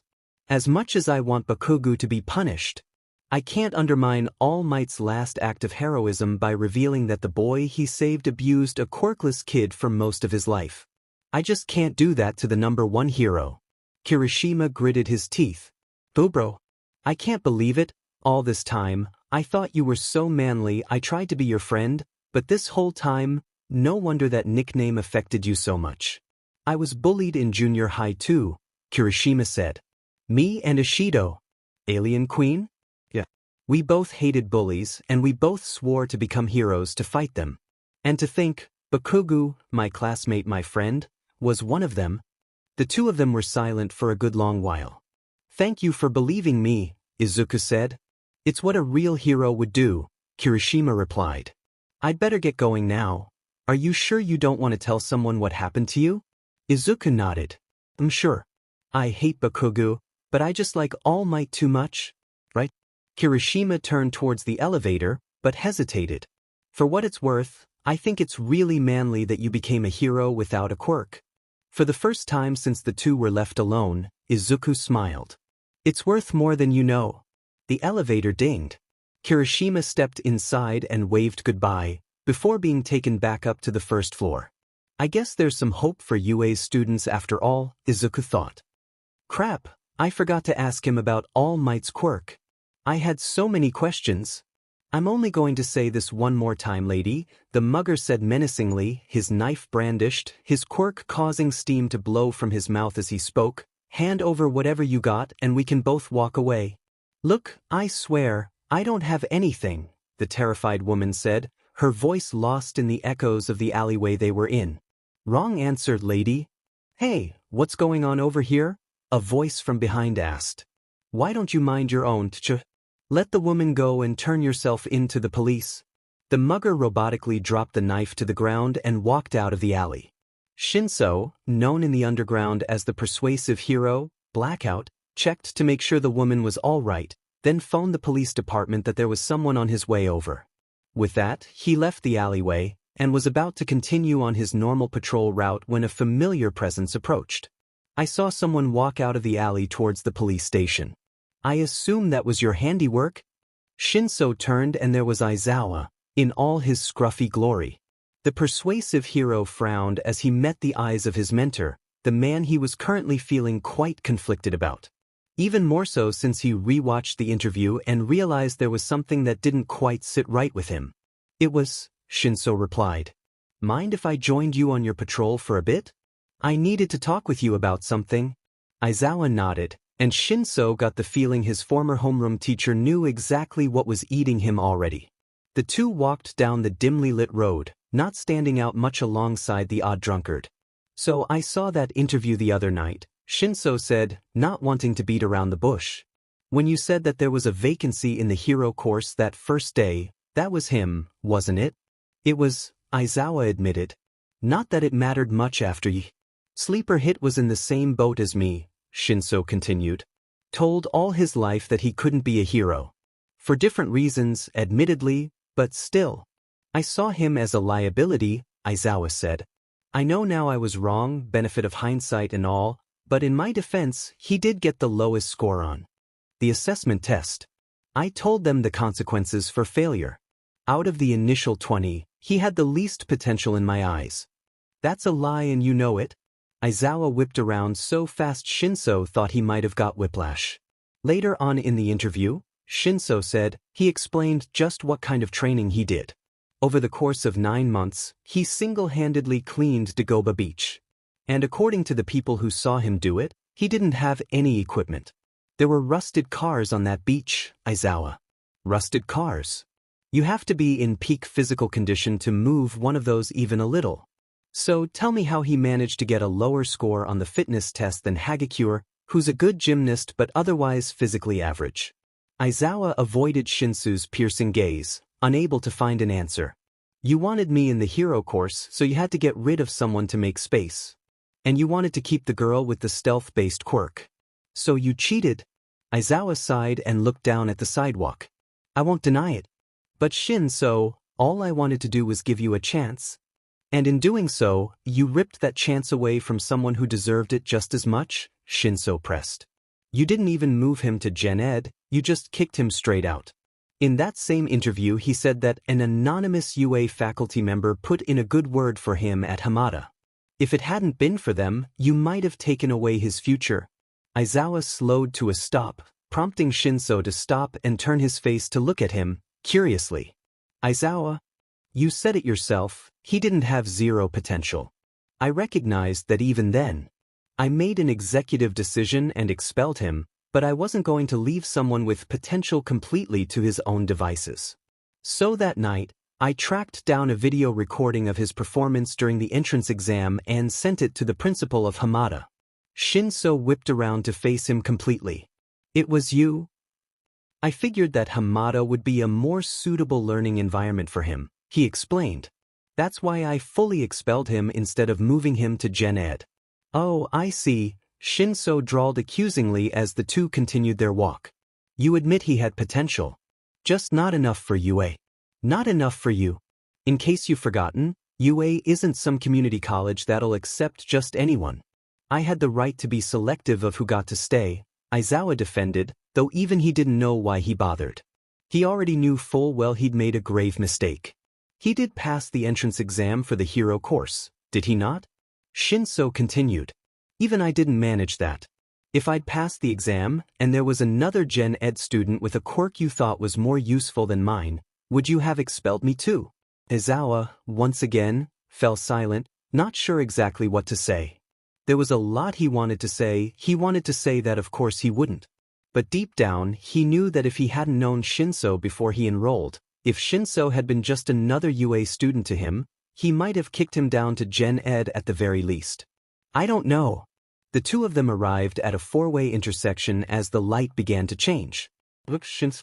I'm truly sorry. I don't think I'm the one you should be apologizing to, Shinso said, not even turning his head as he crossed the street, leaving Aizawa alone on that corner. The Kamino incident had only just concluded. With the events still fresh in his mind and permanently seared there, Kirishima waited outside the hospital room as he braced himself for what was inside. Not too long ago, Bakugo was kidnapped by the League of Villains. So Kirishima and a few other students had gone to rescue him against Aizawa's wishes, and while they were more or less successful, it ended in a destructive battle between All Might and the incredibly powerful villain and All Might's evident nemesis, All for One.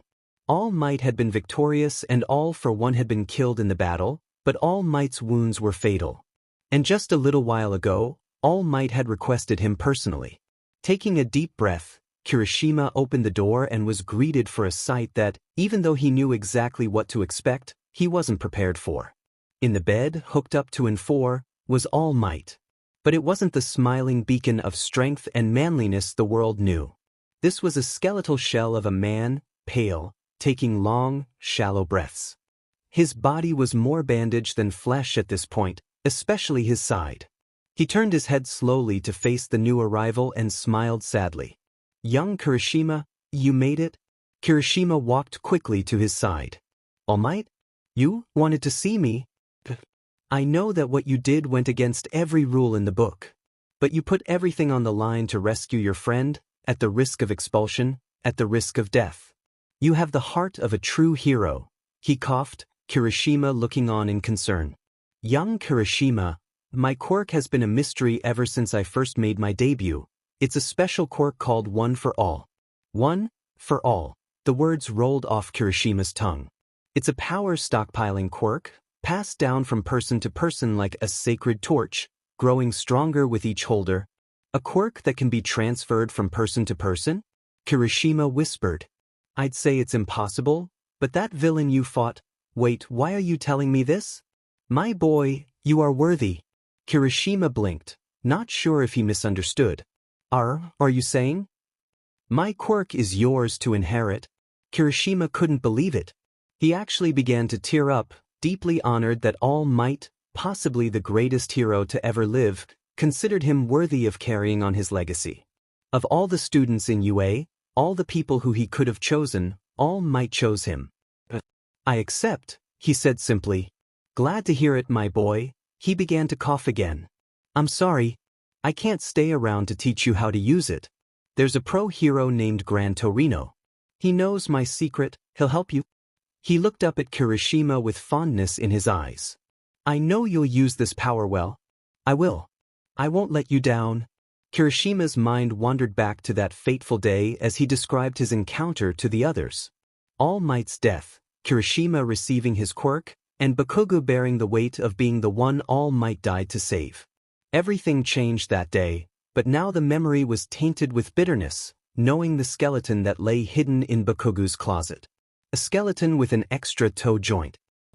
He was jarred out of the memory as Ishido punched the wall, prompting Yaoyorozu to freak out over the possibility of the wall being damaged. I can't believe this. I nearly torpedoed my own hero career before it even began when I joined that mission. And all this time, Bakugo was abusing his childhood friend like that? No wonder Midoriya hated that nickname, Uraraka lamented. Ugh. Ashido continued to rant, pacing around the room. All my life, I swore I'd be a hero and protect people from bullies. And Bakugo was one of them? It's just ugh. She stomped over to a nearby sofa and plopped down on it, still steaming. In all fairness, Yaoyorozu interjected, Bakugo was significantly more violent than anyone else in the class. That's an understatement, Uraraka said, chuckling. Remember that first sports festival? Bakugo and Shinso stood across from each other, glaring at one another as Present Mic introduced them in typical hammy Present Mic fashion. Well, Bakugo was glaring at least, Shinso was lazily maintaining the look of someone who fell asleep while skydiving. Not that Bakugo really cared, of course. This Gen Ed student was little more than a pebble in his path. Once this creep was out of the way, Bakugo would be able to advance to the finals and put Icy Hot in his place. Maybe he'd even pound some sense into that entitled prick for not giving it his all. He had no idea how this weakling made it to the semifinals. During the previous round he had been in Recovery Girl's office. And quite frankly he didn't care.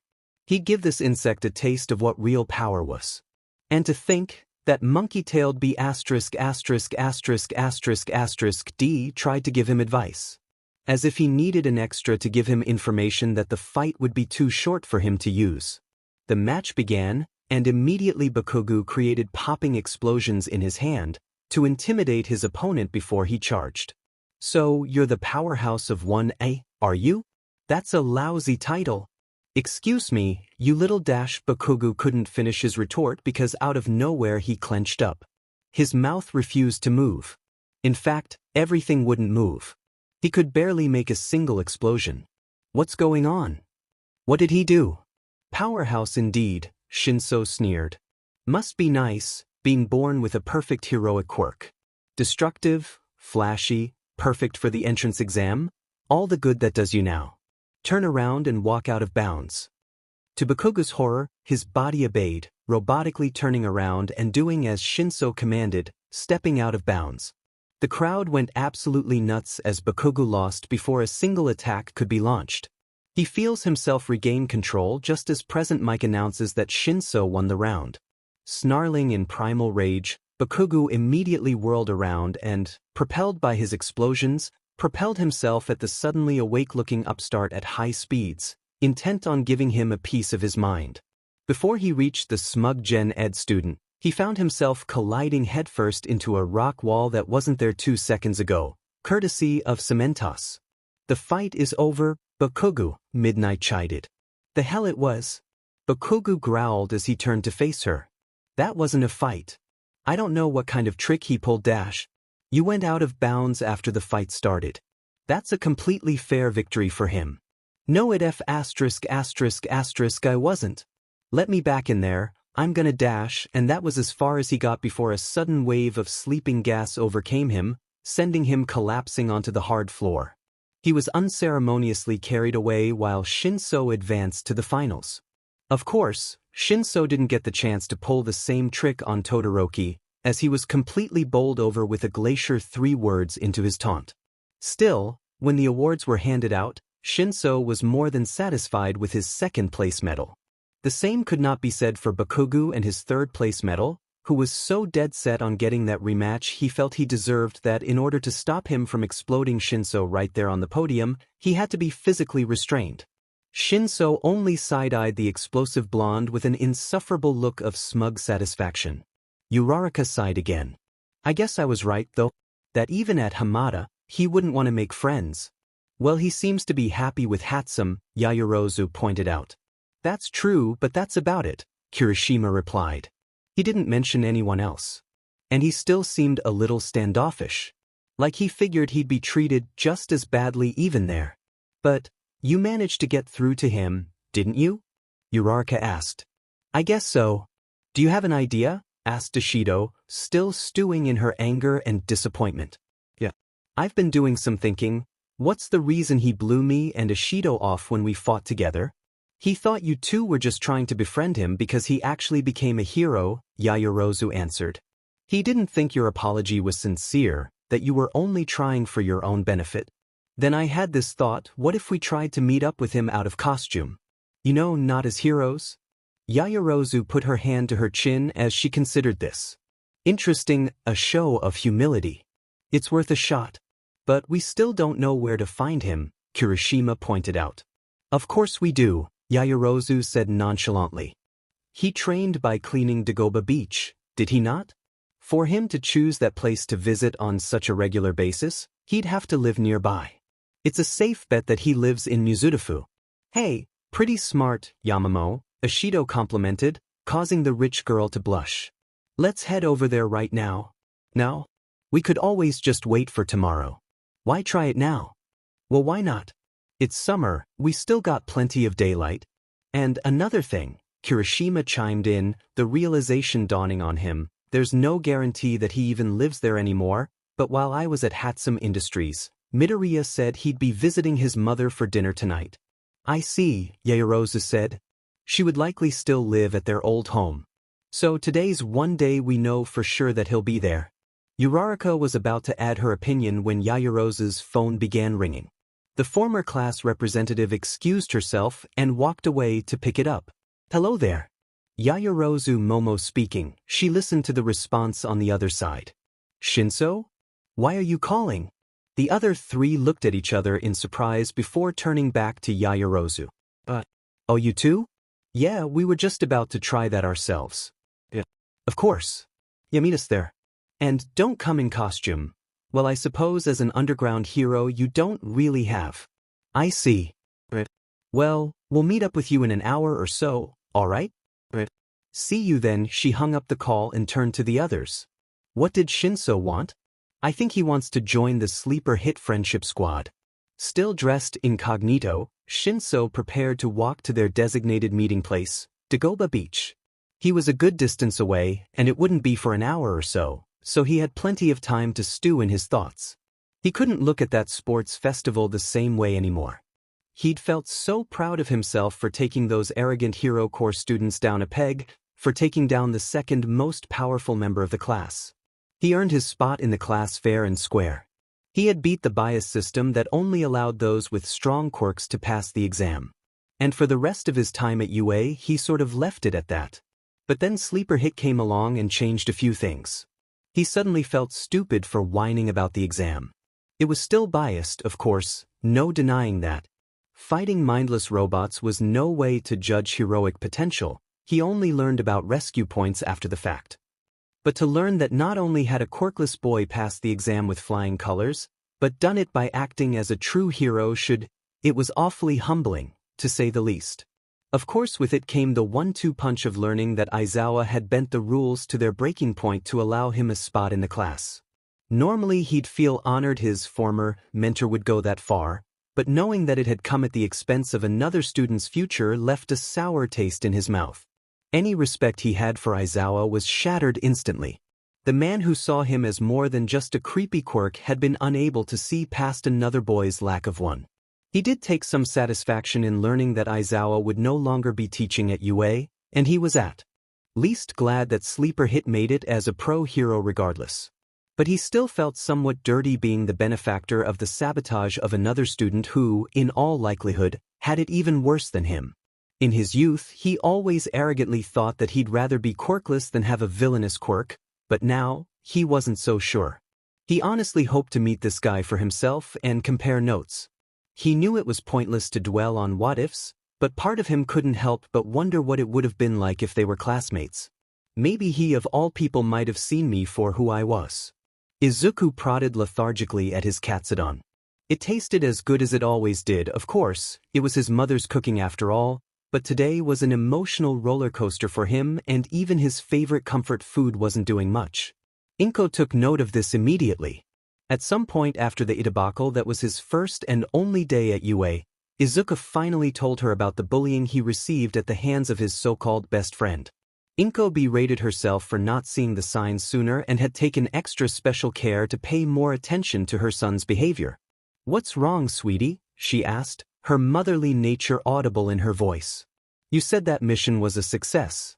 Shouldn't this be a victory meal? Well, it's something that happened afterwards, Izuku confided. During the fight, 2 other pro-heroes, Uravity and Alien Queen, showed up to help. I didn't remember Alien Queen that well, but she and Uravity were both in that UA class. Really? Inko said, intrigued. Yeah, Izuku nodded. After the fight, Uravity had the nerve to apologize to me. She turned on me and called me by that stupid insult Bakugo called me. And of course, now that I'm a hero, she came crawling back to apologize and try to sweep the whole thing under the rug. It's infuriating. He took a bite of hit katsudon as if to punctuate his point. Inko poked at her own food as she contemplated her response. Are you sure she wasn't really trying to make amends? That she really was being shallow and insincere? Are you kidding? She's in the same class as Bakugo. She didn't even bother to learn my name. Even as Izuku said this, Inko couldn't help but detect a subtle hint of doubt in her son's voice. Really? Inko pressed. Everyone in that class is just like him? Izuku opened his mouth to confirm that yes, they were, but he stopped, remembering Red Riot's visit to the workshop.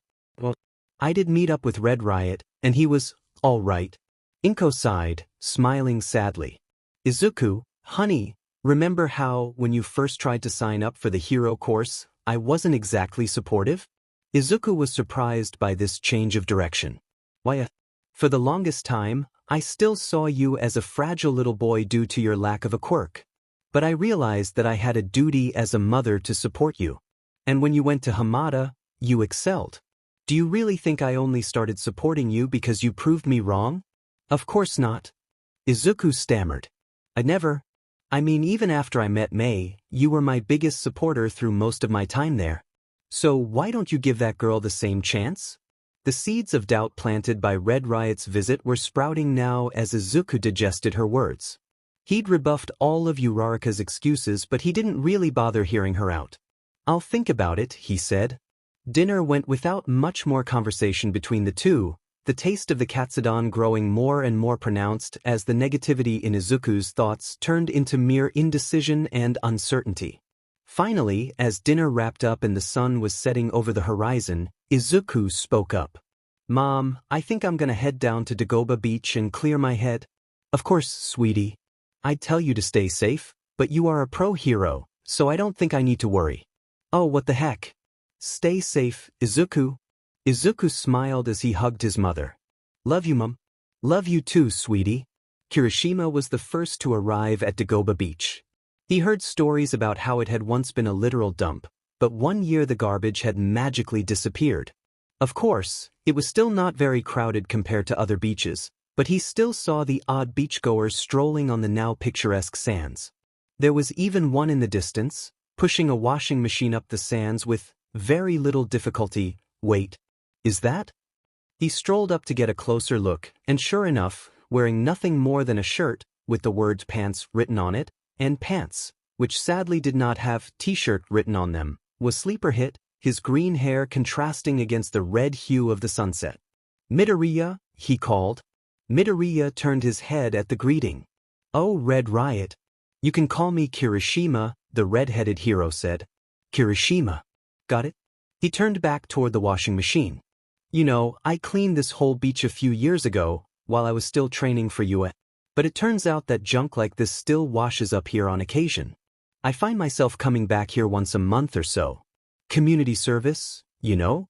He chuckled. Was it Kirishima's imagination, or was he looking around to make sure no one was around? Of course, it would be a lot easier if I had a quirk like yours. Or rather, a quirk like All Might's. It took some remarkable self-control for Kirishima to not freeze up. He prayed he didn't mean what he thought he meant. What do you mean by that? Don't play dumb, Kirishima, Izuku said, though not with any rudeness or hostility. I study quirks as a hobby. So I went all in on figuring out your quirk after it suddenly mutated like it did. So imagine my surprise when I dug around the deep web for a bit and found out that a relatively unknown hero named Shimura Nana, whose quirk involved floating, underwent an almost identical mutation as you did and gained a completely unrelated strength-enhancing ability, and that she just so happened to appear in old photos alongside a certain skeleton you probably know.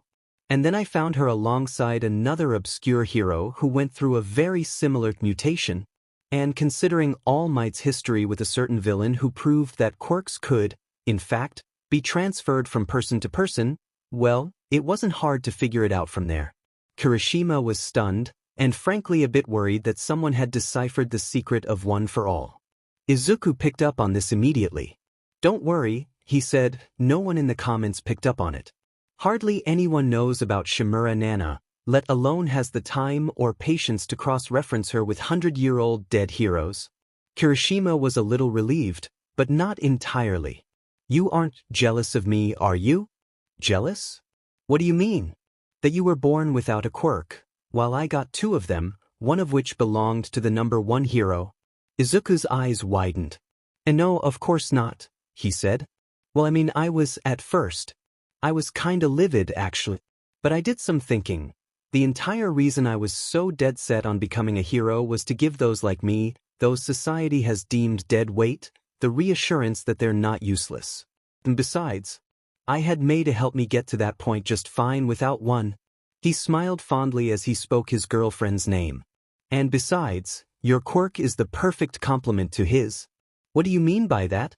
"Think about it. If you received a strength enhancement that wasn't originally yours, there'd be a severe backlash as your body wouldn't have years and years to adapt to the sudden increase of force, and you'd run the risk of blowing yourself up with all that power, or at the very least breaking every bone in your body. But combined with a quirk that lets you reinforce your body to the point of near indestructibility, it effectively negates the drawbacks of such a power, or at the very least makes it manageable." Kirishima looked a little surprised. He'd never really thought of that, but it made sense. Indeed, he felt a lot of pain when he first tried using One for All and instinctively activated his original quirk as a reflex, which didn't negate a lot of the pain, but it did prevent significant bodily harm. "So no, I'm not jealous," Izuku reiterated. "You have your niche in the hero community, and I've got mine." Kirishima grinned. "You know, we ought to work together sometime. With your brain power and my regular power, we'd be the manliest men to ever be called men." Izuku actually laughed a bit. "You know what? I'll keep that in mind." "Hey, Kirishima." "There you are," a high-pitched voice called as 3 female figures ran down to meet them. "Shinso isn't here yet, but Midoriya was surprised to see that the voice belonged to Uraraka. Except she wasn't in costume, just dressed in casual clothing, as were the 2 behind her, Ashido and— "Wait, is that Kriati?" "Well, that was easier than I thought," Ashido said. "Hey Uraraka, Ashido," Izuku greeted uncertainly. "And it's nice to meet you, Kriati." "Call me Yaoyorozu," the tall black-haired girl insisted. "Yaoyorozu, right?" Izuku nodded. "What are you all doing here?" "We wanted to come down and apologize again while we're all off duty," Ashido said. "And Yamamo wanted to meet you too. She used to be our class rep, actually. Well, she was the vice rep until—" her tone fell, pausing before she continued. "Anyway, I guess she just wanted to meet you herself." "It's a pleasure to meet you, Midoriya," the taller girl said. "Likewise," Izuku replied.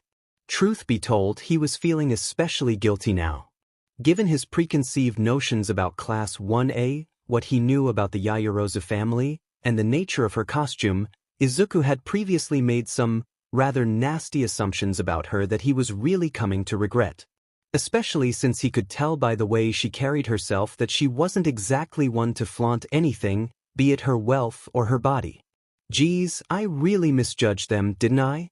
He was about to bring this up and apologize to her when Uraraka stepped forward. "Midoriya, I really just wanted to dash."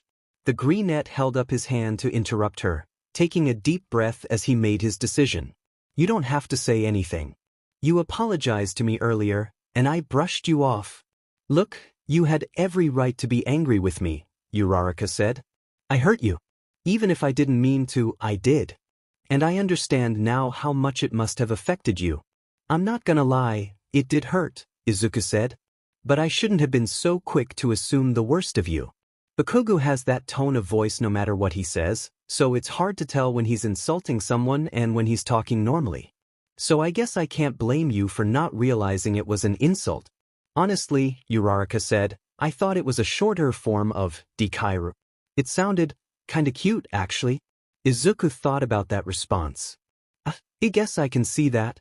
So, Uraraka brightened up a bit, her voice hopeful. Am I forgiven? No. Uraraka gasped softly. Oh, because there's nothing to forgive, Izuku finished. It took Uraraka a moment to process this, but once she got over the mental and emotional whiplash. Ichie. That was mean. Yeah, Izuku said, chuckling. I guess it was. The five of them had a pretty good laugh over that. Izuku was surprised at how much weight seemed to be lifted off his shoulders simply by forgiving Uraraka, and he honestly felt guilty for bearing so much of a grudge against her for so long. He still had some baggage, obviously, but for the time being it didn't really matter. Now, all Izuku wanted to do was make up for lost time, maybe get to know these guys a bit better. Maybe at some point he might even be able to call them friends. Today had been an emotional roller coaster for him, and he imagined everyone involved. But all things considered, it had ended on a pretty high note if he said so himself. If only it were that simple. Deku. To say that Bakugo Katsuki hadn't matured since his enrollment at UA would be inaccurate. Sure, he was still volatile, and he still had his trademark pride if his hero name, King Nitro, was any indication, even if his original hero name had been turned down. He had begrudgingly taken the hint that, at UA, he wasn't top dog anymore. Then Kamino happened. Bakugo could practically hear the whispers wherever he went. He knew he was being called the boy All Might died to save, but he knew what they really meant. He was the boy who killed All Might. He had become obsessed with regaining his position at the top despite those extras holding him back. In fact, Y hair had somehow gotten crazy powerful after the fact. He wouldn't have it. He had to be the strongest. When the provisional license exam started, Bakugo thought he was a shoo-in. He had pushed himself to the very limit, and he was going to come out on top. He had to. He needed to convince the world, convince himself, that All Might didn't die in vain. But then he caught a glimpse of unruly green hair at the exam and all his focus went right down the drain. The sudden burst of anger must have clouded his judgment and distracted him. How else could he have failed the test? He kicked himself for it later. How could that quirkless Deku have made it into a hero school, let alone into the provisional license exam on the first year? It was memory playing tricks on him, his subconscious reminding him that he was being looked down on. It couldn't be anything else. And for some reason he couldn't fathom, those extras in his class, Y hair in particular, just wouldn't leave him be. Thankfully they didn't drag him down either, so he humored them. They were less obnoxious than those hangers-on from junior high. Still obnoxious, but not useless. With his license finally officially making him a hero, he set about his work with an impressive arrest record for his first year, making even Endeavor's impressive record turn its head. But it wasn't enough, if his placement at number 38 was any indication. He was in his apartment stewing, preparing to hit the hay early, when his phone vibrated. One of the extras must have texted him. Bakugo checked out his phone and saw that Y hair had texted him a link.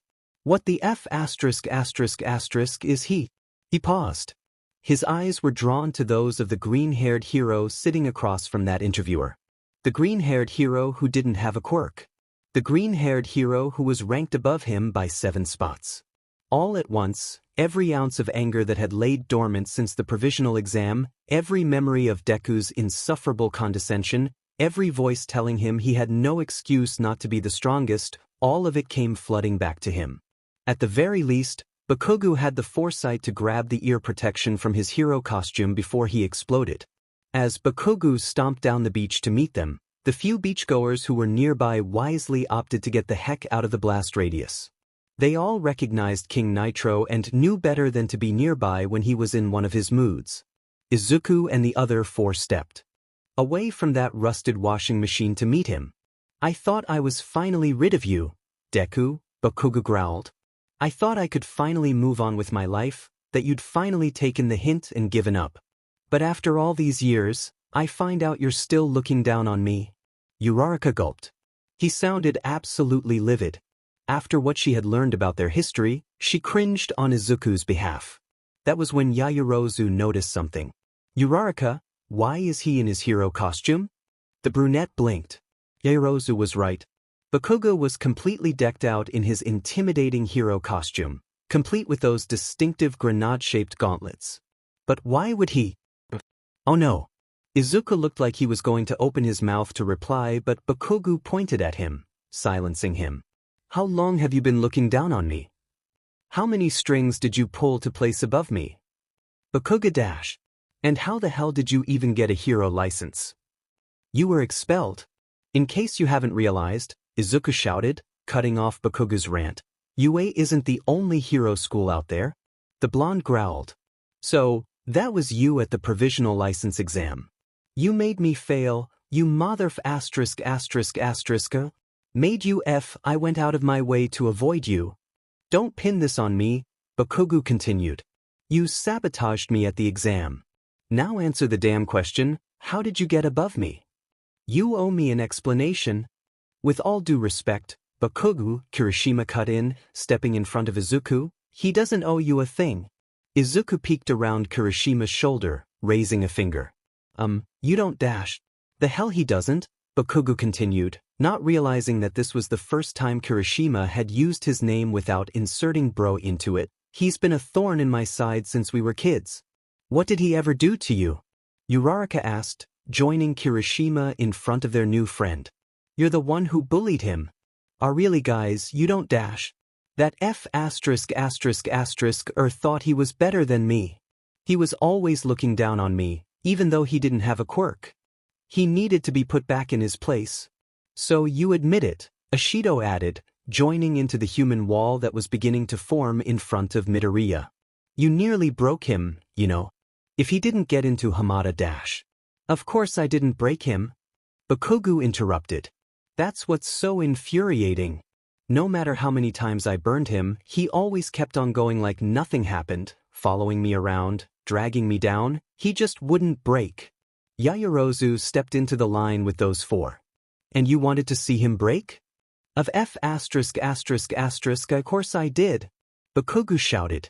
Because if he didn't break, if I'm weaker than Deku, then what does that make me? Ever since Kamino, people have been looking down on me, pitying me, blaming me. I have to be the strongest. And after all I've been through, Deku still came out on top. Izuku is 10 times the hero you'll ever be, Uraraka glared. Enough. All four of the classmates, standing side by side, jumped as Izuku parted through them. Look, I appreciate you standing up for me. It feels nice, having so many people in my corner. He looked each of them dead in the eye. But this is my battle to fight. Hesitantly, the other four nodded, backing off. Izuku turned back to Bakugo.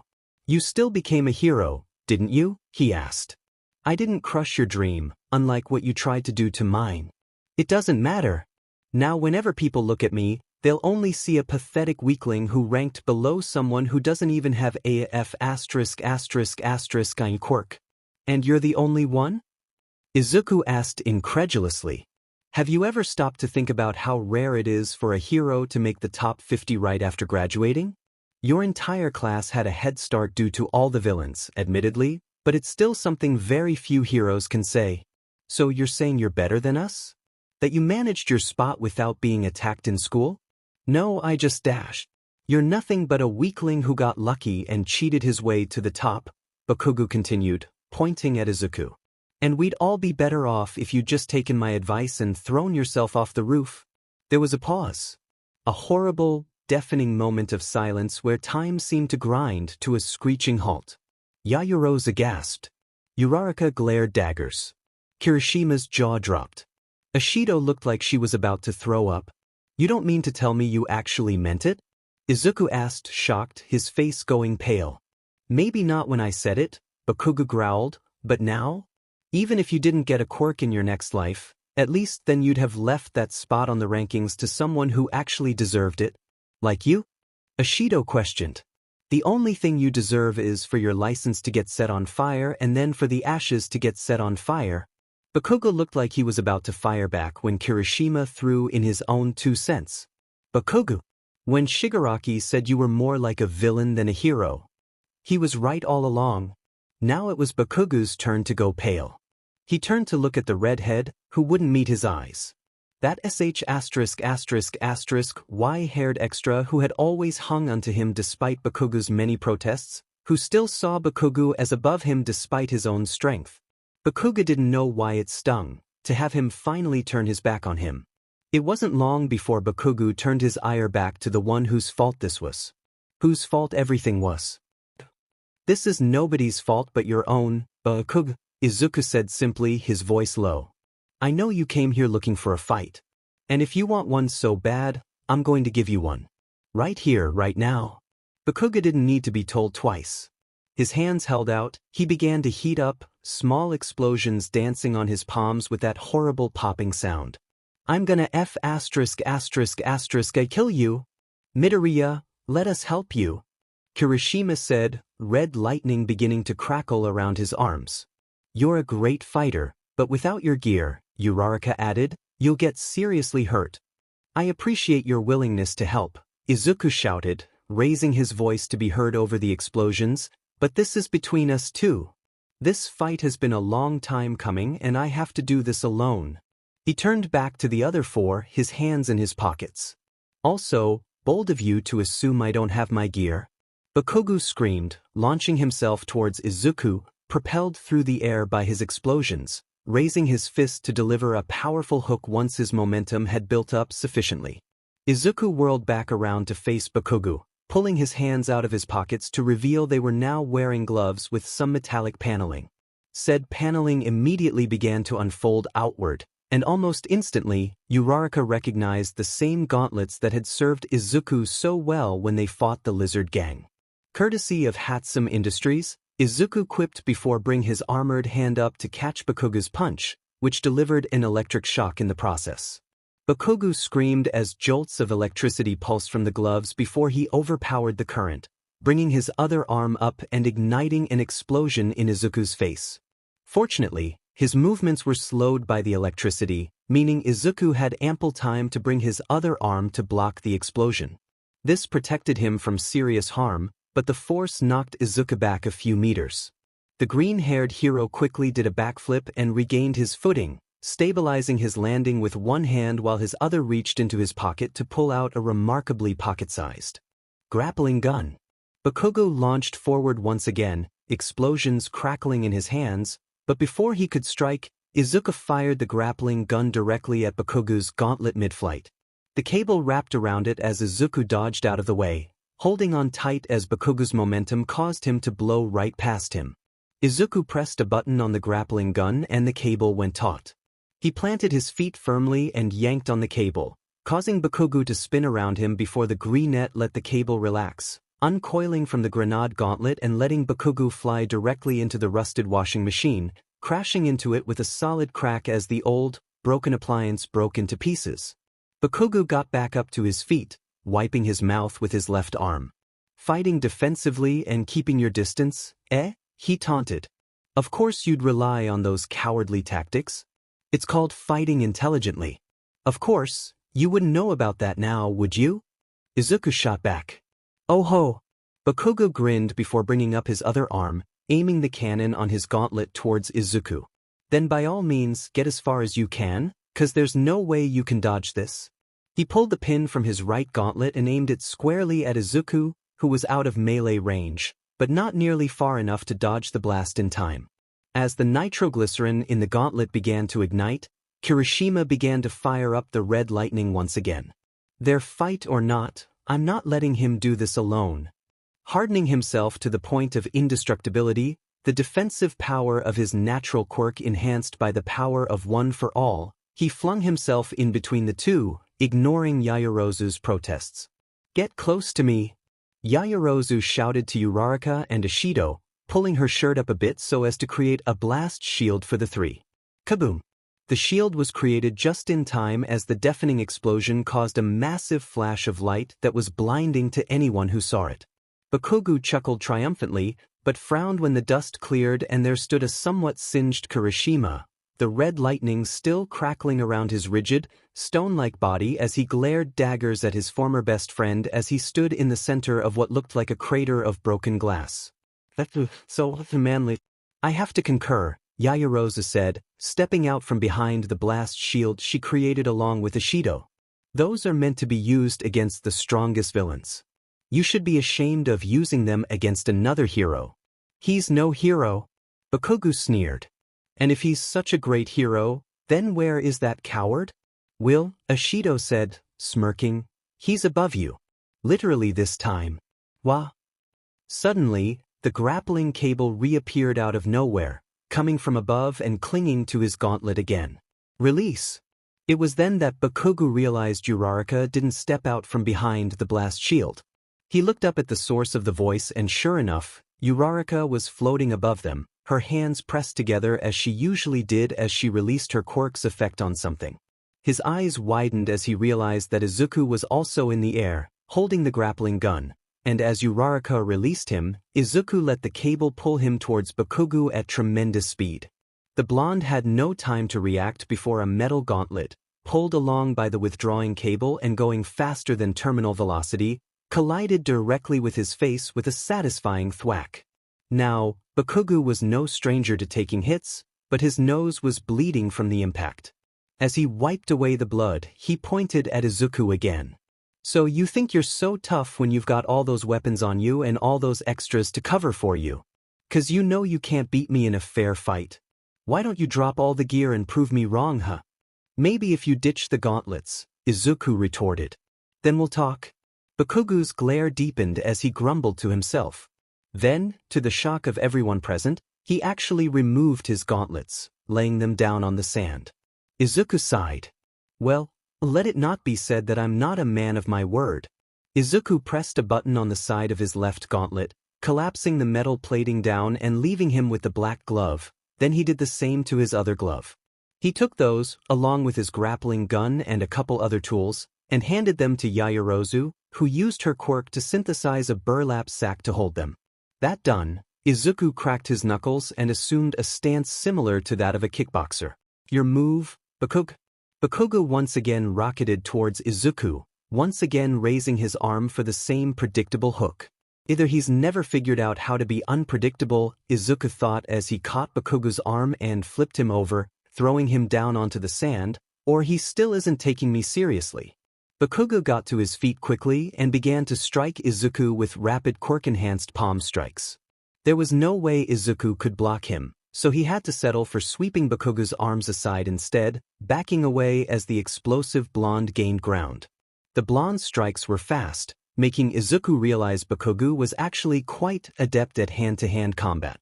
Up until now he had been relying on single, powerful attacks, but now that he was in close quarters and using actual fighting moves, it was all Izuku could do to keep himself from getting burned. "Attacking with my hands is out," he'd block easily and he'd punish that attack with his quirk. And for the legs, Izuku went for Bakugo's legs with a sweeping kick, knocking Bakugo off balance, but he landed in a handstand, flipped backwards, and rocketed back to Izuku. Okay, without those big bulky gauntlets of his, he's much more agile. Good to know. Izuku knew Bakugo wouldn't attempt that hook a third time, so instead of trying to predict what attack to block, Izuku opted to dodge instead, rolling to the side towards the ocean, getting sand in his hair in the process. Bakugo made more rapid palm strikes, and once again, Izuku brushed them aside rather than try to block them, again losing ground and finding himself backed against the ocean. Suddenly, Bakugo brought his knee up and struck Izuku in the stomach, knocking the wind out of him and leaving himself open for Bakugo to hit him with an explosion. But Izuku cried as he fell back from the force of the explosion, hitting the shallow water. Bakugo smirked now that he'd landed a solid hit. Izuku knew Bakugo wouldn't let up, so he rolled out of the way, ignoring the searing pain on his stomach and the sting of salt water in his eyes. As he began to get back to his feet, he looked up just in time to see Bakugo starting to build up some bigger explosions in his hand. "So he got a knockdown on me and now he's getting greedy. This is my chance." He sprung to his feet and just barely managed to avoid an explosive palm strike, feeling the heat graze his cheek as he spun around. With Bakugo reeling from the miss, in one fluid motion Izuku roundhouse kicked Bakugo square in the jaw, launching him out of the shallows into the deeper water. Bakugo splashed down, Izuku catching his breath as he waited for Bakugo to surface. Kaboom! A giant pillar of water erupted as Bakugo once again exploded, spraying salt water everywhere. Like a monster from one of those kaiju movies, Bakugo stormed back onto the beach, murder in his eyes. Izuku frowned. I thought submerging him might disable his quirk. I guess I was wrong. Once again, Bakugo held out both of his arms, creating sparks in both of them as Izuku once again assumed a defensive stance. On the bright side, Bakugo's not thinking clearly. He's beyond angry, and while it's making him stronger, it's hampering his fighting abilities. I might be able to fizzle. Bakugo blinked as the explosions in his hands suddenly died down. He looked down at them in confusion, as did Izuku. Wait, what? Bakugo's quirk was working fine before. How did? Honestly, a gruff, tired-sounding voice drawled from nearby. I've been standing here for a good long while and only now you're noticing me? I thought I taught you better than this. Every head in the area turned to see none other than Aizawa, his eyes glowing red, his hair floating around him as he stared down Bakugo, disabling his quirk. Aizawa? Yaoyorozu asked, legitimately surprised. What are you dash? A little birdie told me there was an impromptu class reunion going on here, and that same little birdie saw King Nitro stomping down there uninvited. And Izuku began. That little birdie was... Out from behind Aizawa stepped Shinso, who looked like he desperately needed either a drink or a nap. Maybe both. Sorry I'm late, he said. But I saw blast steam explode heading your direction and in spite of recent events, I figured I should let Aizawa know. Izuku turned to face his teacher of one day. So you were watching that whole fight? And you didn't think to step in when he used his gauntlets on me? I needed to make an informed decision, and Bakugo's willingness to use maximum force against a fellow hero was the nail in the coffin. Nail in the coffin? Izuku muttered. Informed decision? What? It was then that he saw what Aizawa was holding. It was a cell phone with a red light blinking, indicating it was recording. Izuku had to admit, all the abuse he'd endured at Bakugo's hands might have been worth it just to see the blood completely drain from Bakugo's face. The blonde stammered. You were recording that? Indeed. The entire fight, along with your little conversation beforehand. I have to say, the Hero Public Safety Commission will be really interested in hearing some of the things you said. Throw himself off the roof, you say? Izuku couldn't believe what was happening. Was Aizawa really going to? Even as Aizawa hit the send button, Izuku still wasn't convinced this wasn't an elaborate hallucination brought upon by Bakugo exploding him in the face. Bakugo, Aizawa said as he pocketed his phone, don't be surprised if someone from the commission shows up and asks for you to hand over your license. Shinso stepped towards an increasingly flabbergasted Bakugo with an impassive expression. I guess at least one of my first impressions was right on the money. Bakugo glared at him. And what's that supposed to dash? He didn't get further than that as he froze in place. Shinso shook his head. Are you ever not going to fall for that? Well, go home and rethink your life. Bakugo mindlessly walked back off the beach, not even bothering to recover his gauntlets while under Shinso's control. Aizawa looked back at Bakugo and sighed. I honestly thought maybe I'd gotten through to him. I guess I hadn't dissected his issues as well as I thought.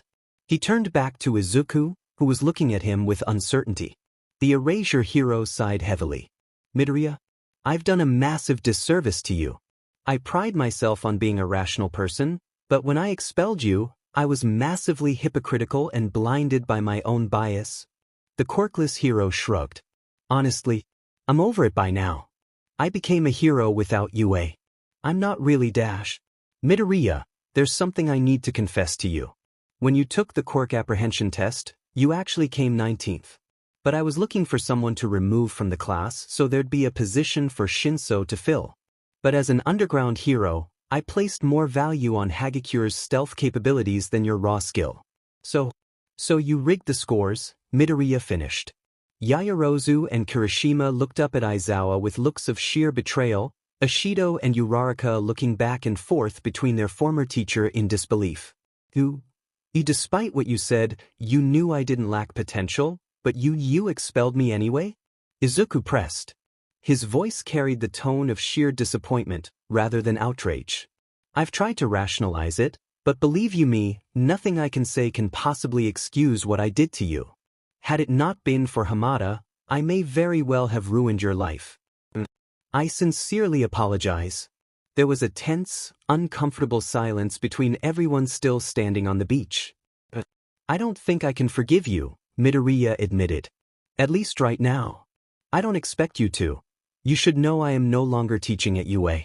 And in fact, I suspect my teaching license will be revoked soon, along with my pro hero license. A few of my colleagues caught wind of what I did and they weren't pleased about my actions. You ever been on the receiving end of Midnight's whip when she's not playing around? Can't say I have, Izuku said. You don't want to? Aizawa looked Izuku in the eyes. I'm meeting with the Hero Commission tomorrow to discuss both my missteps as well as Bakugo's. Hopefully, bringing him to justice for what he did to you will help repair some of the damage I've done to you. Maybe, it's just, the last thing All Might ever did was save him, and if that last act of heroism was ruin dash. Don't worry about the grisly details going public, Aizawa reassured. When Bakugo is punished, the Hero Commission will likely just say it was due to unheroic actions and not go into further depth. Now if you'll excuse me, I must get back to my patrol. He turned to leave before looking back to the boy he once dismissed.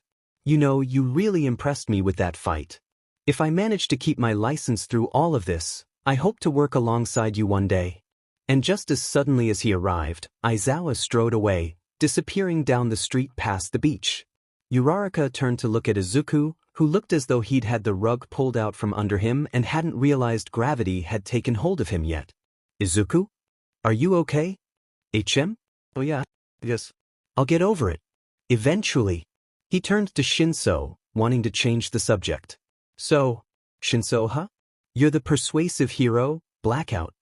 Yeah, that's me. I've actually done some research on you, and I have so many questions about your quirk. Shinso raised his eyebrow.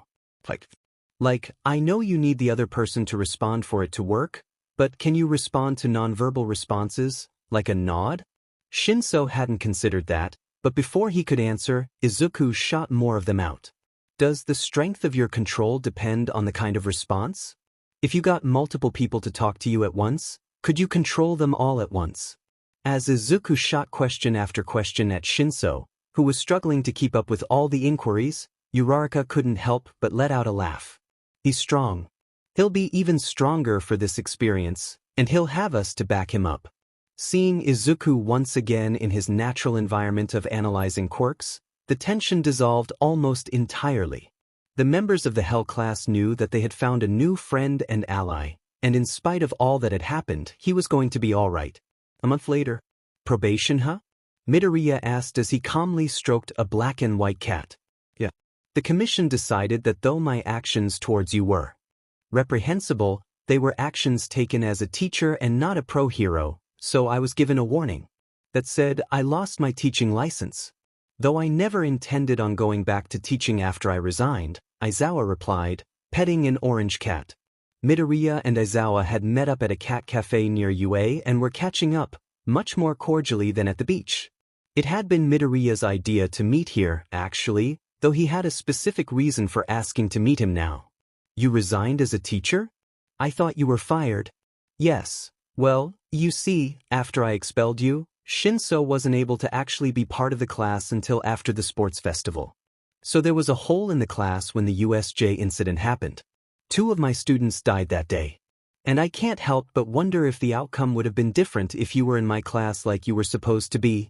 So you're worried their blood might be on your hands? Exactly. I know dwelling on what-ifs is unhealthy. No, I totally understand, Aizawa, Midoriya admitted. All throughout my time at Hamada, I've had an unhealthy grudge against your class based on faulty first impressions, and I never bothered to make many friends out of fear of being burned again. So many opportunities wasted. The two continued to interact with the cats in silence before Izuku spoke up a minute later. I haven't heard anything about Bakugo though. What happened to him? His license was revoked, Aizawa said bluntly, not holding back. Simple as that. Really? Izuku gasped, a little shocked. But all that bullying was before you?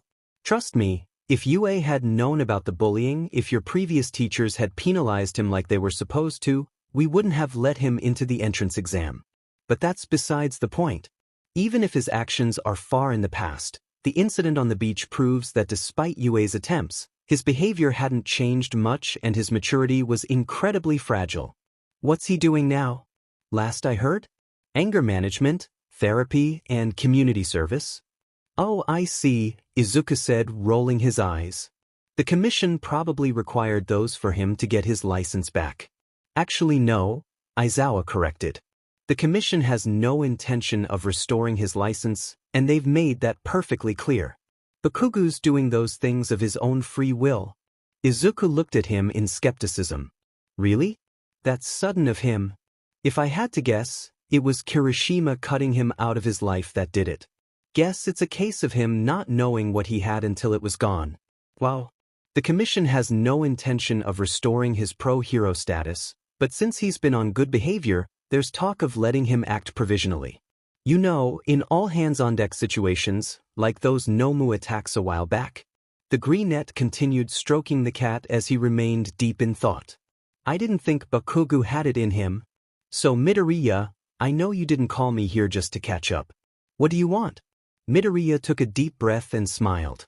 Well, I finally popped the question to Mei, and of course she said yes. Oh, congratulations.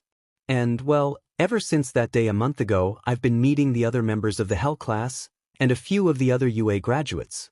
Mirio introduced me to Eri, and we got along swell. She's a sweet girl, and I wanted her to be the flower girl at my wedding. And since you're her legal guardian, I figured I should ask you. She'd love that, I think. Of course, I guess that means I have no choice but to let you come to the wedding too. Aizawa looked legitimately surprised.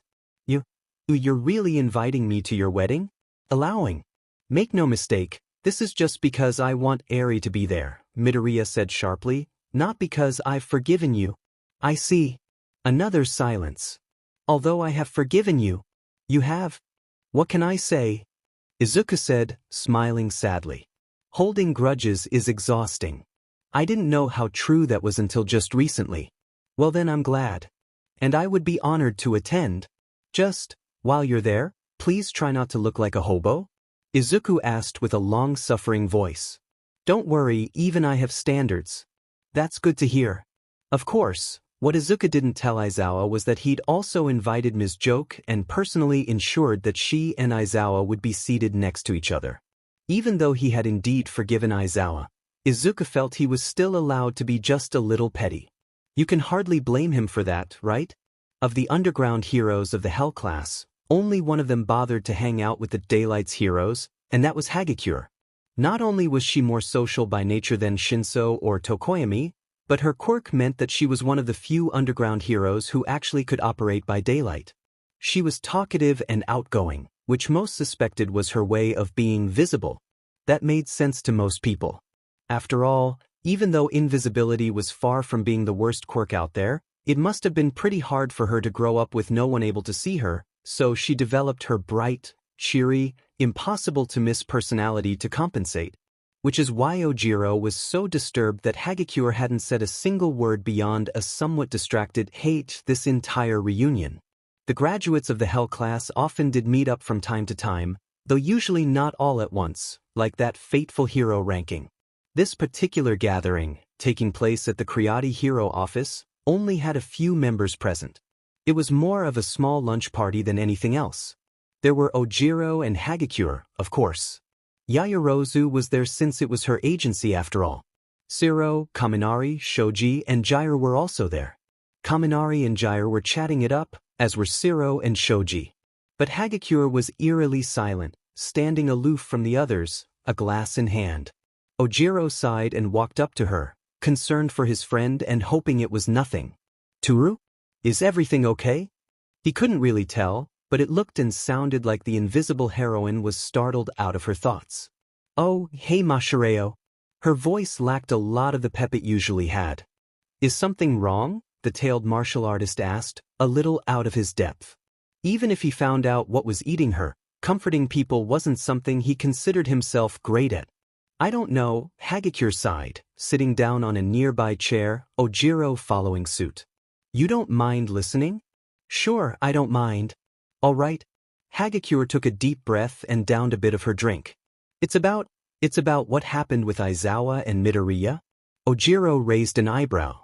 Didn't we find out about all that a month ago? We kinda did, but I learned something yesterday.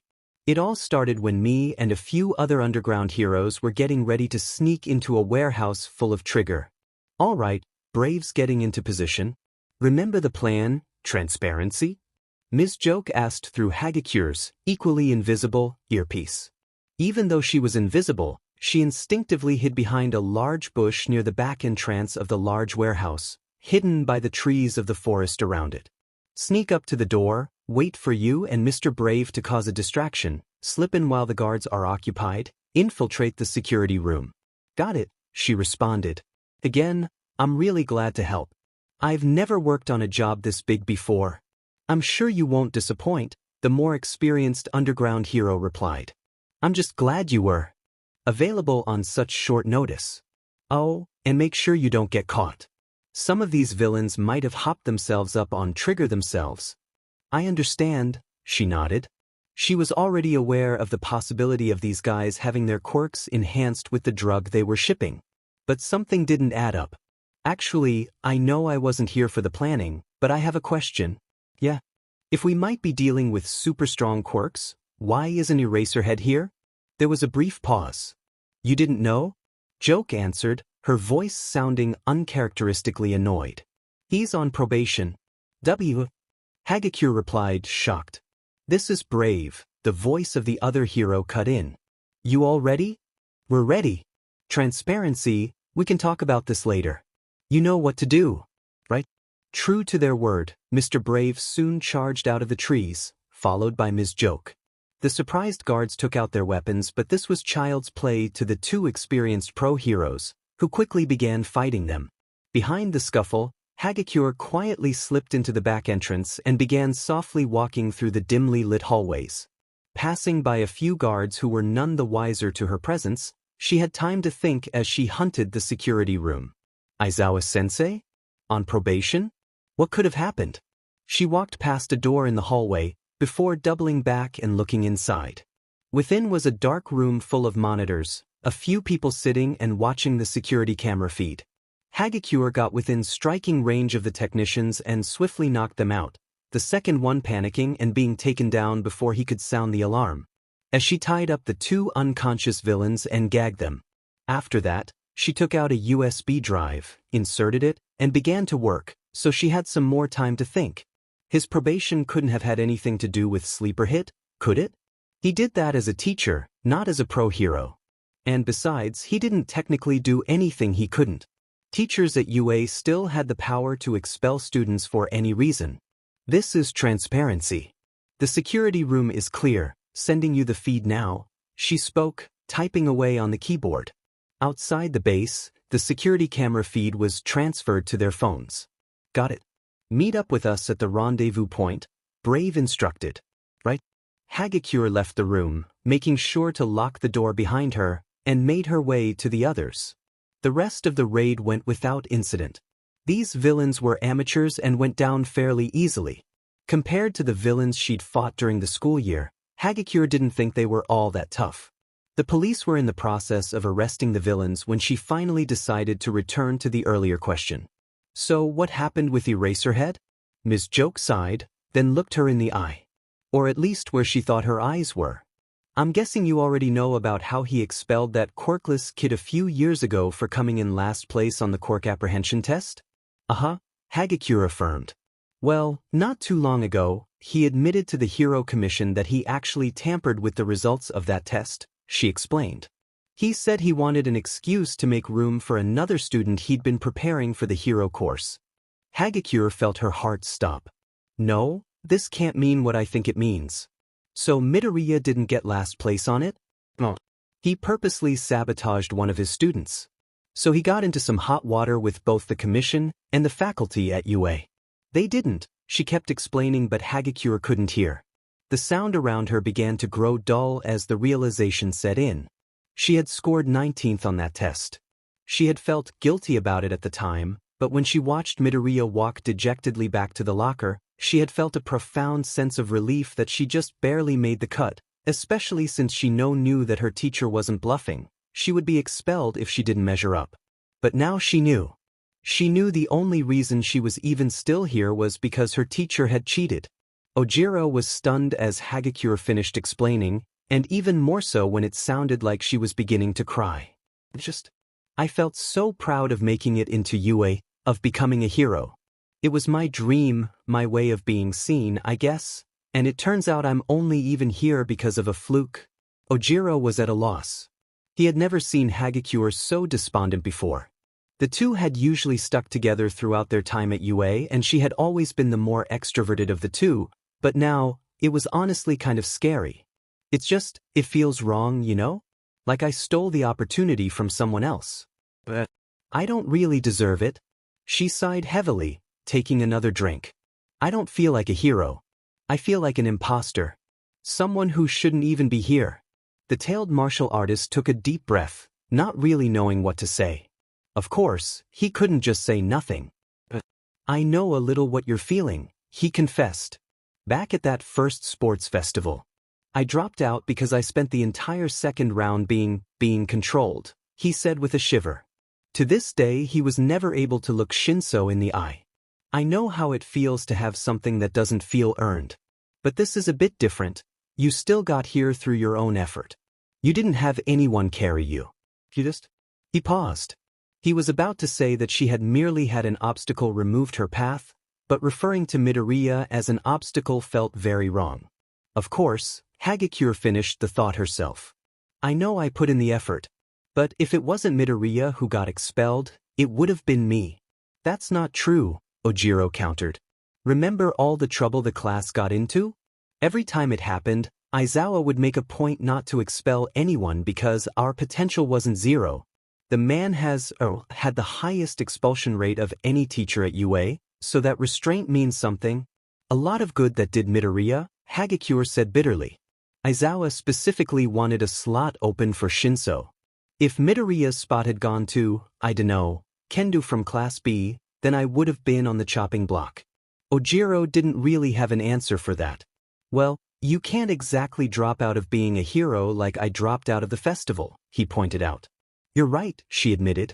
But I can't help but feel I don't deserve to be one, if I only got here thanks to someone else's failure.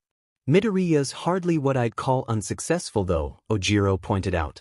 That's true. She sighed. I just haven't been able to concentrate on hero work. I keep feeling like I'm not good enough. Like I'm taking the place of someone who deserves it more.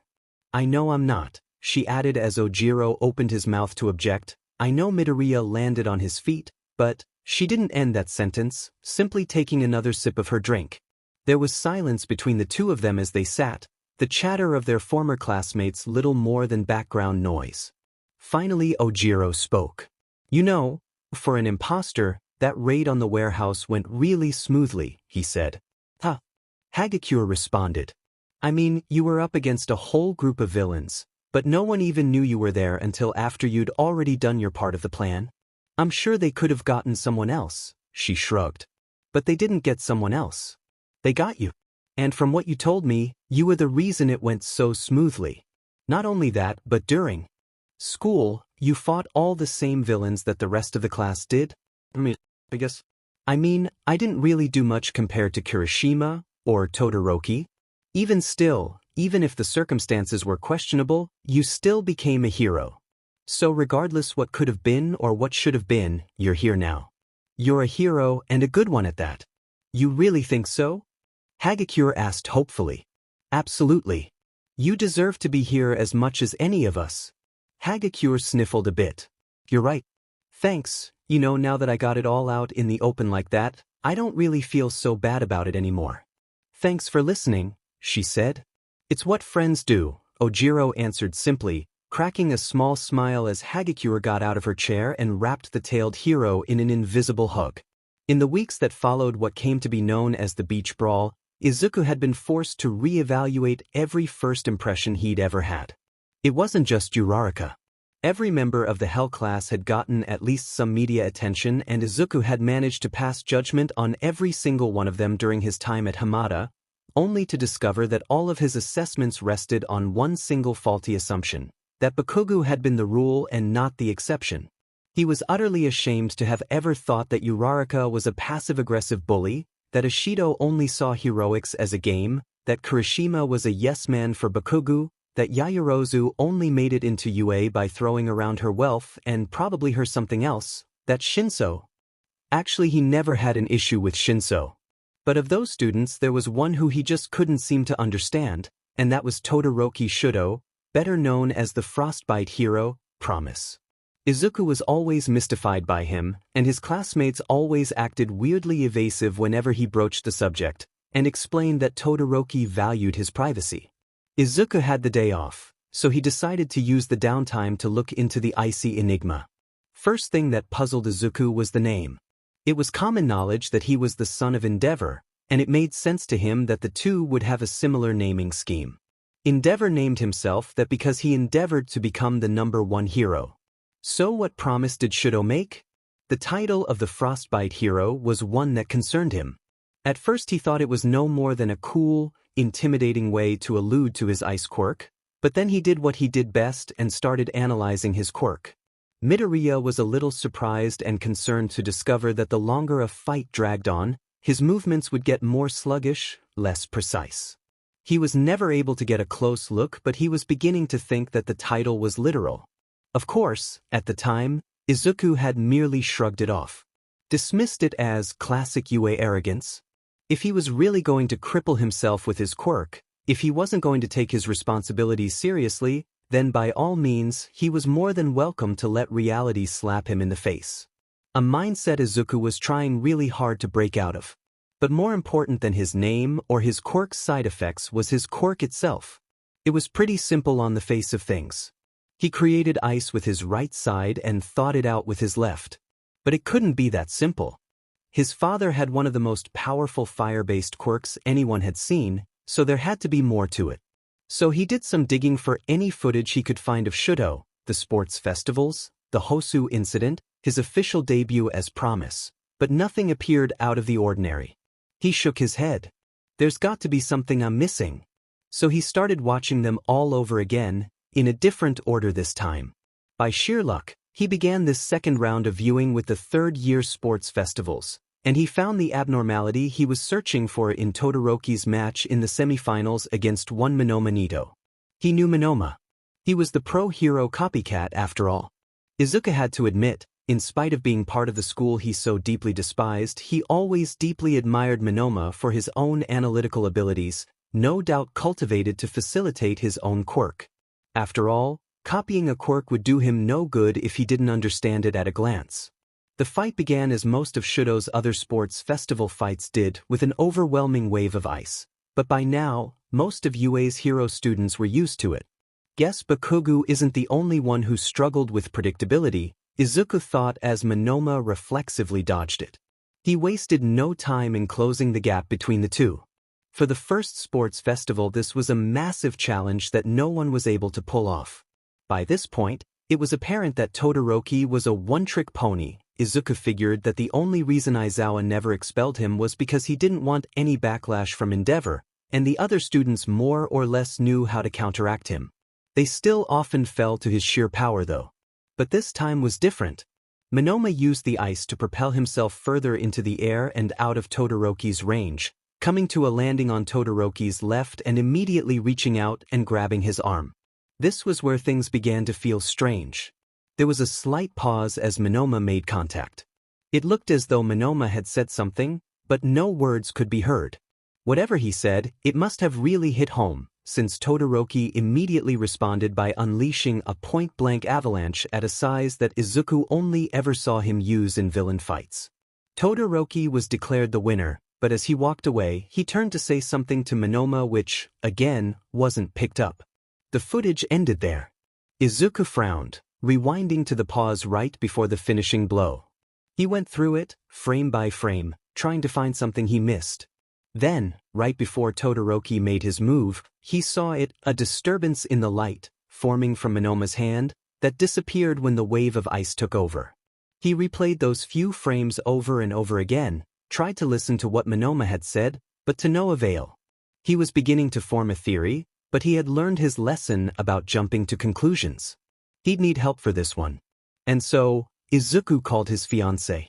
They had been engaged for a while, but Izuku and Mei hadn't yet worked out the logistics of moving in together, since Izuku wanted to stay close to the Slice and Dice Hero agency where he worked, but Mei wanted to live close to Hatsume Industries, or even in the building itself if they could manage it. So it was a fairly long drive for Izuku to reach Hatsume's place, but nothing too bad. "Nice of you to come by, broccoli boy," she greeted with a kiss, which Izuku happily reciprocated. "You got the footage?" "Right here," Izuku replied, holding up a small plain DVD. "Perfect. I've always wanted to use this baby for a big important project," she said, excitedly leading her future husband into a room with a massive TV screen that looked like it was built from the desecrated corpses of gaming computers. "It's not that big a deal." "Are you kidding? Anytime you analyze a pro hero, they're better for it," she said. "Remember when you came up with a workaround for Kaminari's quirk? About using one-way conductive material in his costume and relying more on physical contact. Anyone could have thought of that," Izuku countered bashfully. "But they didn't." "You did." Izuku smiled and blushed in response. "Anyway," Hatsume continued, thumbing the elaborate TV hodgepodge, "I bet you're wondering what all this is about. Well, you know how in detective TV shows the police can do that whole zoom in and enhance thing, where they can pick up on stupidly tiny details in photos or security camera footage or whatever?" Izuku nodded. "I decided to make a baby that would let me do that myself." She took the disc from Izuku and inserted it into the TV. The two sat on the large couch across from the screen. Hatsume playfully curled up next to Izuku like they were getting ready to watch a movie, to which Izuku made no attempt to resist. The fight played out on the screen, the increase in resolution easily noticeable to Izuku. Once Monoma made contact, Izuku sat up. Pause the video." Hatsume did so, pulling out a remote control that looked more like an honors math calculator. "I want to hear what Monoma is saying there." "Can you do that?" Izuku asked. "Have a little faith in me," she replied, zooming in on the two boys. Indeed, there was very little grain thanks to Hatsume's device. She pressed a button, rewound a bit, and then let the video play again. Once again, the Monoma on screen grabbed Todoroki. This time, Izuku noticed the expression on Monoma's face.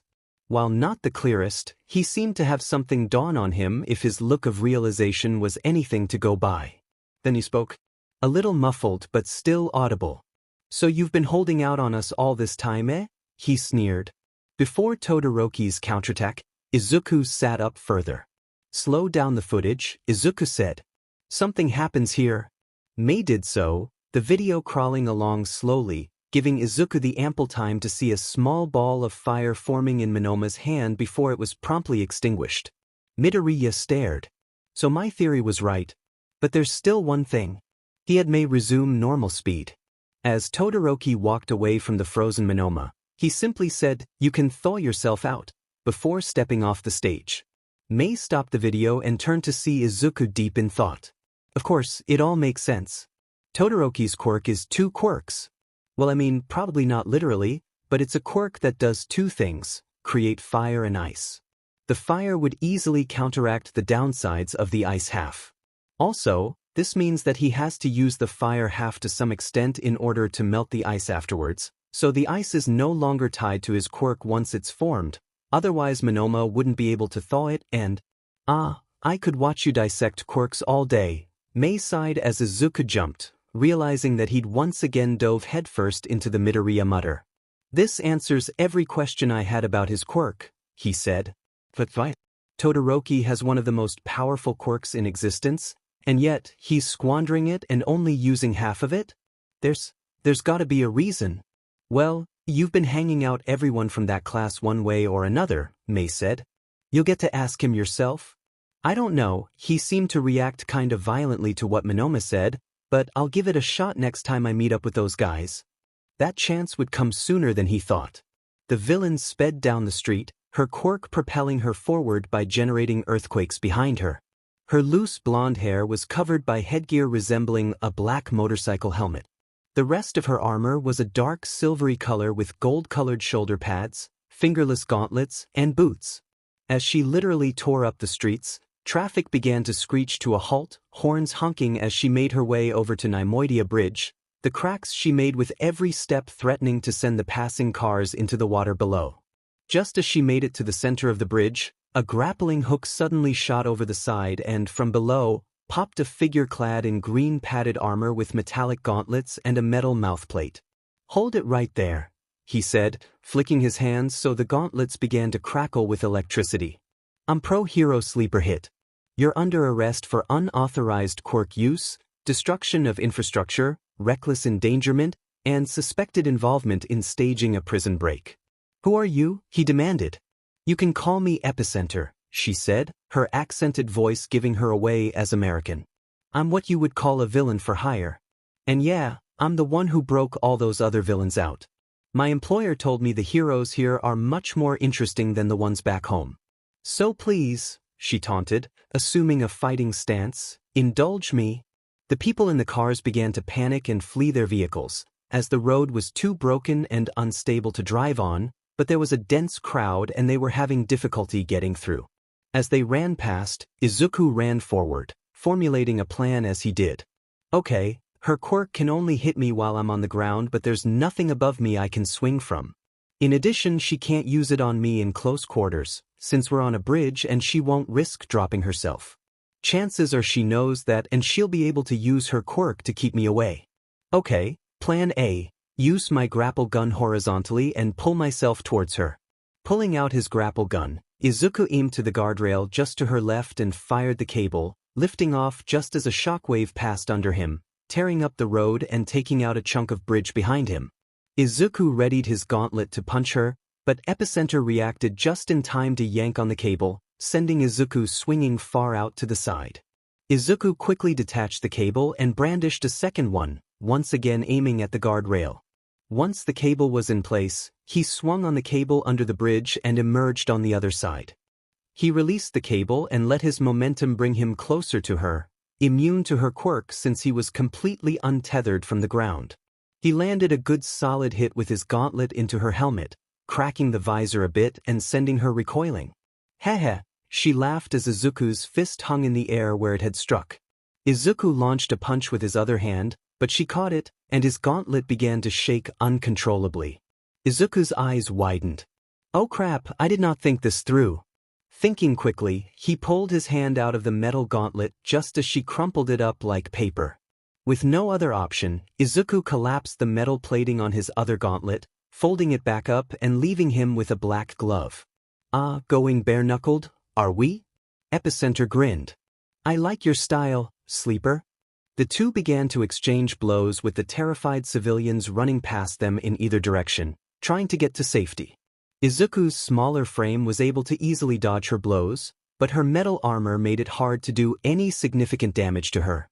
Really, her only weak spots were the joints in her neck, but she was a trained fighter and managed to block each hit aimed there. Finally, Epicenter backed off a bit. "You know what? I'm getting bored. Let's spice things up a bit." She raised her fist and slammed it onto the ground, causing the bridge to give way beneath them. Epicenter was able to get back to solid ground quickly, and Izuku was quick on the draw with his grapple gun, but he was too late to stop the cars and people from falling with the bridge. Just then, a cold wind blew through the area as a mass of ice suddenly appeared and formed a new bridge, atop which was Promise, one side of him completely covered in ice. "Just in time, Promise," Izuku welcomed. "Together we should have no problem taking her down." "You can leave this to me," Todoroki said, stepping forward. "I can handle this. You go help direct traffic or something?" "No. I'm staying. The police already have the evacuation under control." "Just stay out of my way then," Todoroki insisted. "You'll only get in the way if you try to help." Izuku grit his teeth, but backed off anyway. "Like it or not, he's a lot stronger than me." "You know, you really need to be nicer to your coworkers," Epicenter pointed out. "You never know when you'll need them to have your back." She punctuated this by smashing her fist into the bridge and creating a massive wave of spikes that shot up from the asphalt towards Todoroki, who simply surfed on a wave of ice over the spikes. Izuku knew what he was going to do. Promise, wait. The villain, she's going to dash. He didn't listen. With a lethargic sweep of his hand, he threw a massive amount of ice her way, the freezing wave overwhelming her and freezing her there. Todoroki glowered at the frozen villain. You see, sleeper hit? You needn't have bothered dash. Kakrek. The icy prison shattered immediately, epicenter none the worse for whereas the broke free like it was nothing. Izuku knew this would happen. Promise, that villain's quirk lets her create shockwaves and vibrations on any solid surface. She's got the perfect quirk to counter yours. Your ice isn't going to help. It's better than not having one at all, Todoroki shot back. Izuku flinched, before his shocked expression gave way to anger. Guess the apple doesn't fall far from the tree after all. Todoroki continued his ineffectual assault on the villain, his ice constantly failing to overwhelm the villain. He was, however, able to use it effectively to defend against her own attack when she used the bridge as a weapon. Izuku, however, noticed a distressing trend. Todoroki's onslaughts were getting weaker and weaker, his movements slower and less precise. It's the cold, he realized. The ice is starting to take its toll on him. Todoroki found himself knocked back towards Izuku, pushed back after blocking a hit from Epicenter's quirk. It was then that Izuku's mind snapped back to his discovery of the hidden side of his quirk. He knew what needed to happen. Promise, Izuku tried again. Your ice isn't going to work. You need to use your fire if you want to beat her. Todoroki flinched, then turned to glare at him. What did you say? I know your ice is only half your quirk, Izuku pressed. Not only is your ice not doing anything, but it's slowing you down. You need to use your fire. Did my father put you up to this? Todoroki growled, seemingly forgetting the villain standing mere meters away. Speaking of, Epicenter began to feel incredibly awkward. This conversation is kinda getting personal, so I'm just gonna go. She quickly turned tail and bolted away. The two heroes stopped their argument and turned to her. Todoroki began to ride a wave of ice after her, but he soon succumbed to the cold, losing focus and falling down to the street below him as his ice crumbled. Izuku once again drew his grappling gun and tried to aim it at Epicenter, but she turned and smashed the ground, creating an instant wall that caused the grappling hook to harmlessly bounce off. Izuku grunted in defeat as Epicenter took off. I told you to stay out of my way, Todoroki spat. But you just had to interfere. How is this my fault? Izuku replied. You could have easily overwhelmed her with your fire. How much? Excuse me? How much is my father paying you? Is that what this is about? Izuku asked. You're holding back, handicapping yourself, only using half of your potential, and letting yourself get frostbite just to spite Endeavor? You know nothing about me or my family problems, Todoroki growled. You're right. I don't know. I have my suspicions, but that's all they are. But there is one thing I do know. He leveled a glare at Todoroki. I know that you were blessed with the perfect quirk, an insanely powerful one that can basically ignore its own downsides just by using the other half of it, and you're only using half of it just to spite your father. Do you have any idea how hard I had to work to make it as a pro without a quirk? I'm always at a disadvantage. I can only win by being smarter, faster, better than my opponent. I would have killed to have a quirk like yours, and you're just throwing it away. Izuku could feel himself getting angrier and angrier. I guess Aizawa was even less competent than I gave him credit for if you're still fighting with one hand tied behind your back. You can prattle on all you want, Todoroki snapped. There is nothing you can say to me that will make me use his quirk. It's your quirk, not his. Izuku shouted, which finally seemed to get a reaction from Todoroki other than frustration and anger. The emotion on his face was shock, as though he had never considered this before. Seeing this, Izuku took a deep breath and collected himself. Todoroki, like I said, I may not know the specifics, but I don't blame you for resenting him. He's the complete opposite of what a hero should be. Endeavor has no regard for property damage or civilian casualties, and lets his quirk run wild and puts people in danger. But you? You're doing the exact same thing through inaction. You're letting people get hurt because you refuse to fight at full strength. For the longest time, he continued, his voice shaking, I thought the hero course at UA was full of arrogant, self-important fakes. And you know what? I guess I was right about at least one of you. Turning away from a speechless Todoroki, Izuku faced the direction Epicenter took off. Now if you'll excuse me, I need to go after a villain who you could have stopped. With that, Izuku took off after the villain, following the cracked roads, leaving Todoroki to stew in his thoughts. It's my quirk, not his? But he gave it to me, didn't he? And besides, fire can only destroy. It can only cause pain, can't it? As Shudo's thoughts continued like this, he realized that the ice around him was beginning to melt. Thankfully, the bridge was clear of traffic so the melting ice didn't pose an issue. But more to the point, he felt feeling return to his cold and numb body as the warmth of his quirk flowed through him. His eyes widened as Izuku's words finally sunk in. It's my quirk. Not Endeavor's. No one else's. He clenched his fist as he readied his ice once again to pursue Izuku. At least now I know where his hero name came from, Izuku thought bitterly. This is sleeper hit. Promise is out of commission and Epicenter got away. She's heading downtown. Requesting backup, he said into his earpiece.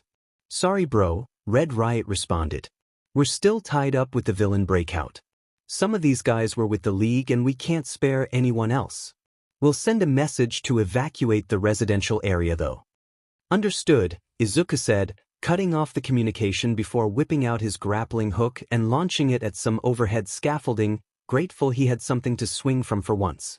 Now that he was able to cover much more ground, he was able to catch up to her pretty quickly. Releasing the cable, he quickly unfolded his gauntlet and electrified it as he let himself fall towards her. Epicenter looked back too late and Izuku brought down his trademark taser fist on her armor, sending a jolt of electricity through her as he touched down into a three-point landing. Fighting through the electricity, Epicenter managed to slowly reach a hand for Izuku's gauntlet, forcing Izuku to pull back and avoid having his second gauntlet get destroyed. Now free, Epicenter slammed the ground again and a wave of earth pushed Izuku back. He picked himself back up, fired his grappling hook into the air, and pulled himself up to a nearby apartment building just as another wave was sent his way.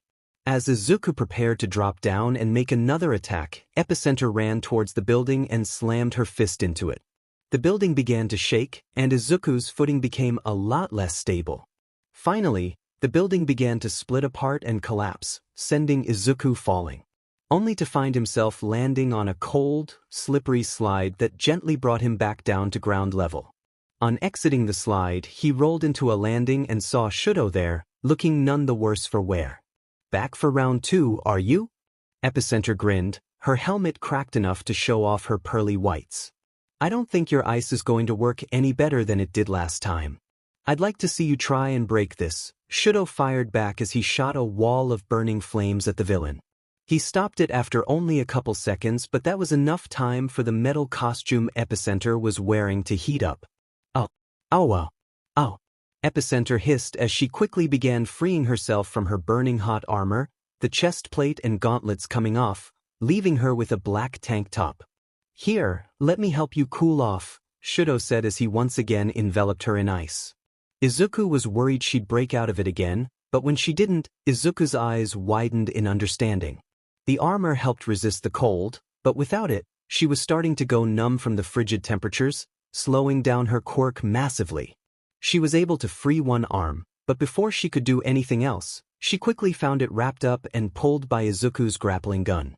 She tried to use her quirk on it, but the cable wasn't solid enough to create a quake on, and too taut for it to be properly vibrated. Pressing a button on the grappling gun, Izuku let the cable pull him right to her, as he pulled out a pair of quirk-suppressant handcuffs mid-flight. Todoroki, seeing what he was doing, nodded, using his fire side to thaw her out right as Izuku reached her, and in one smooth motion, Izuku slapped the cuffs onto her, bringing her to her knees. Izuku held her in place as Shudo stepped forward as well. Epicenter looked up at the two and chuckled. Well, I did want a good fight, she admitted. Can't exactly blame you for delivering. Sleeper hit, this is Red Riot, The familiar voice came from Izuku's earpiece. The situation on our end is under control. We're sending backup. That won't be necessary, Izuku replied. Promise got backup and epicenter is taken care of? Whoa, sweet. I'll have the police swing by your location. I'd appreciate that. It wasn't long after that the police arrived to take epicenter away. The two heroes gave their report to the police. Izuku called Mei to let her know that one of his gauntlets needed replacing, and just as he hung up, he became aware of Shudo walking towards him with none of the arrogant posture he had brought to the fight earlier. I wanted to thank you. And to apologize. I let my own issues get in the way of my work. I was putting civilians at risk because of my family drama, and if it hadn't been for you, I fear someone might have died because of my refusal to go all out. And what I said about your quirklessness, that was uncalled for. Don't worry about it, I forgive you. Really? Shudo raised an eyebrow. Just like that? It's more of an apology than I ever got from Bakugo. That's right, Todoroki realized as the two walked away from the scene together. You knew Bakugo, didn't you? Would you mind telling me what happened between you two? Only if you tell me the full story of what happened with you and your family. Fair enough. Like all children, Imari Tengo dreamt of being a hero when he grew up. Like all children, he idolized All Might and all the other famous pros. And like all children, he never once thought that he'd be working as a minimum wage employee in a shoe store. For the 12th time that day, Imari was asked by a customer to use his elongated fingers to grab a shoebox on one of the higher shelves. It wasn't much, but all the same, it was gratifying for his quirk to actually come in handy. As a kid, he was embarrassed by his quirk. All the popular kids had a quirk that was more useful or practical or flashy. Like wings, for example. But him? He could extend his fingers and that was about it. It did eventually dawn on him that the hero track was wishful thinking. Having such a lame quirk was guaranteed to get him relentlessly picked on, but as luck would have it, he had an out. Having a weak, unimpressive quirk made him a target, sure, but no one would bother him if there was an infinitely more pathetic target going to the same school. And so he joined in when a few of the other kids, including Bakugo, started tormenting him, and Imari actually felt safe. In hindsight, though, he realized how messed up it all was, and it started to sink in one day when King Nitro made his official debut shortly after graduation. Imari recognized Bakugo's quirk, then recognized the rest of him, feeling a little nostalgic. However, for the same cocky, rude attitude Bakugo had back in junior high to come out of a pro hero felt wrong. Perverse, even. It was the first time he had even thought about Deku since graduation. That fact alone made him feel ashamed, even more so when he remembered Deku wasn't even his name. After fishing out an old yearbook of his and remembering the name Midoriya, he felt a wave of nausea wash over him. All throughout junior high, Midoriya was there to provide an escape for suffering for his own underwhelming quirk. But come high school, he was once again on the bottom rung of the cutthroat teenage hierarchy. And the feeling of life using him as a footstool didn't stop when he graduated. Really, he was lucky to have gotten this job at all. So how much worse would it have been for Midoriya? The thought honestly kind of scared him. How miserable must his life have already been without me joining in? Imari asked himself. He tried to push it out of his mind, saying he would have been tormented with or without Imari's involvement, but the guilt settled there, like too much sugar in a pitcher of lemonade. Eventually Imari decided to go online to try and look him up. He didn't find any social media accounts, but he did stumble upon his name in the context of some event held by Hamada Institute, some school he'd never heard of before. So he would have graduated by now. Still, ever since then, the quirkless kid from school remained in the back of his head and stubbornly refused to leave, like a roommate who never pays the rent and leaves beer bottles everywhere. He tried not to think about it as he went about his shift. It was pretty uneventful, all things considered. As usual, at 11:15 a.m., he headed off for his lunch break. He meandered through the crowded mall, eventually arriving at the food court. After considering his options, he sighed and just decided to go to W.C. Donald's. He waited in line, ordered his food, and went to go find an empty table when he saw it. A curly mess of dark green hair appeared in his peripheral vision, and suddenly it was all he could see. Luckily he seemed preoccupied on his phone, so he didn't notice Imari staring. Green hair, freckles, big OL eyes, that was Midoriya. All right, calmly eating lunch while wearing some weird black gloves. By sheer dumb luck, the only empty table was right next to him. Imari sat down and started eating his meal, his mind racing trying to decide what to do now. Apologize? He'd love to, but how would he go about that? Hey Midoriya, it's me, the guy who helped make your life a living hell all through junior high. Sorry about that. Wanna be friends? He shook his head, grateful that he hadn't been noticed yet. Ultimately, he wouldn't get the opportunity to make a choice, as everyone's attention turned to a ruckus slowly advancing into the center of the food court. The baffling sight that awaited him was a stampede of what looked like 40 people with identical gold-colored jackets. In fact, they all looked completely identical. Same neatly combed brown hair, same cold blue eyes, same pale complexion. It must have been the work of a quirk, he realized. The mob was being pursued by a group of police officers, but they refrained from firing when the stampede entered the crowded, target-rich area that was the food court. Imari noticed they were all carrying knives, aside from a few who were carrying briefcases, and realized at the same time as everyone else that these were villains, or rather, a single villain with a duplication quirk. One of them got up on top of a table and yelled out, "Attention everyone. This is Zeitgeist speaking. You are now our hostages." Some of the duplicates pulled their knives out and held them threateningly to random people who were just trying to eat. A few of them grabbed a few drinks from off of random tables and started drinking them, much to his confusion. Imari slowly crawled under the table to stay hidden as the villain, whose name was apparently Zeitgeist, began yelling his demands. The first thing he did was look around for Midoriya, and found him also underneath a table, which had been upturned in the chaos, except Midoriya didn't look scared at all. In fact, his mind appeared to be racing at 1,000 miles per hour. What is going on? Just my luck, Izuku thought as he remained out of sight. The one day May has my costume in the shop for repairs, I'm stuck in hostage situation. Good thing I have some of the bits, at least. He mostly ignored the villain's demands, or would it be villain's demands, since it was fairly evident what had happened. Zeitgeist committed a heist, and were now holding the food court hostage until the cops let them, go. Standard stuff. He examined the copies for any details he missed, but the only one he could find was that all the copies wore very expensive-looking watches. Maybe I can find a clue for how to tell them apart. Excuse me? He asked one copy, putting on the facade of a frightened, nervous hostage. What do you want? The copy asked harshly. I know I'm a hostage and all, but I really need to use the bathroom. I ate too much quesadilla bell, you see, and dash. You can stop talking now, the copy groaned, and pointed over to the restroom at the end of the food court. Don't even think about trying to escape.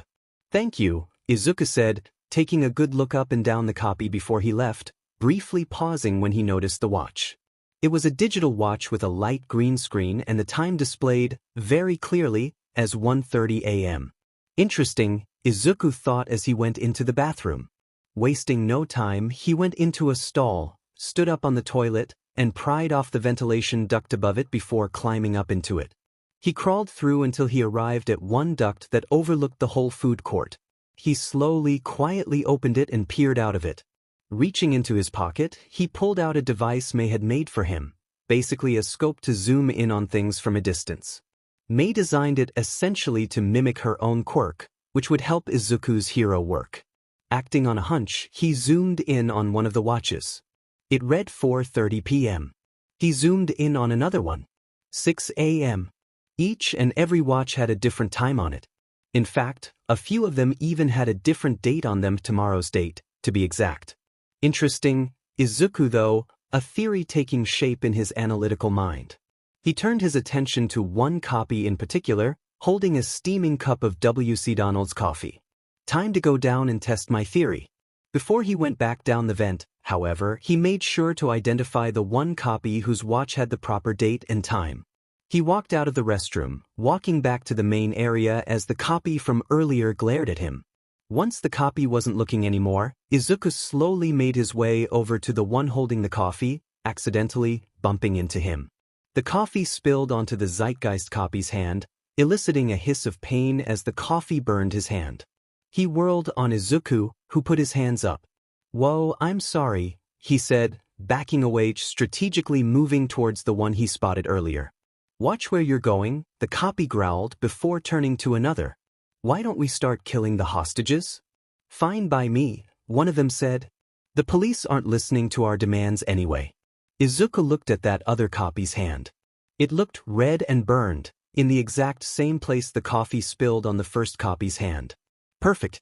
As the copy prepared to use his knife, in one fluid motion, Izuku whirled around, unfolding his right glove into his taser gauntlet and punching the zeitgeist he identified, the one whose watch actually had the right time, shocking him in the process.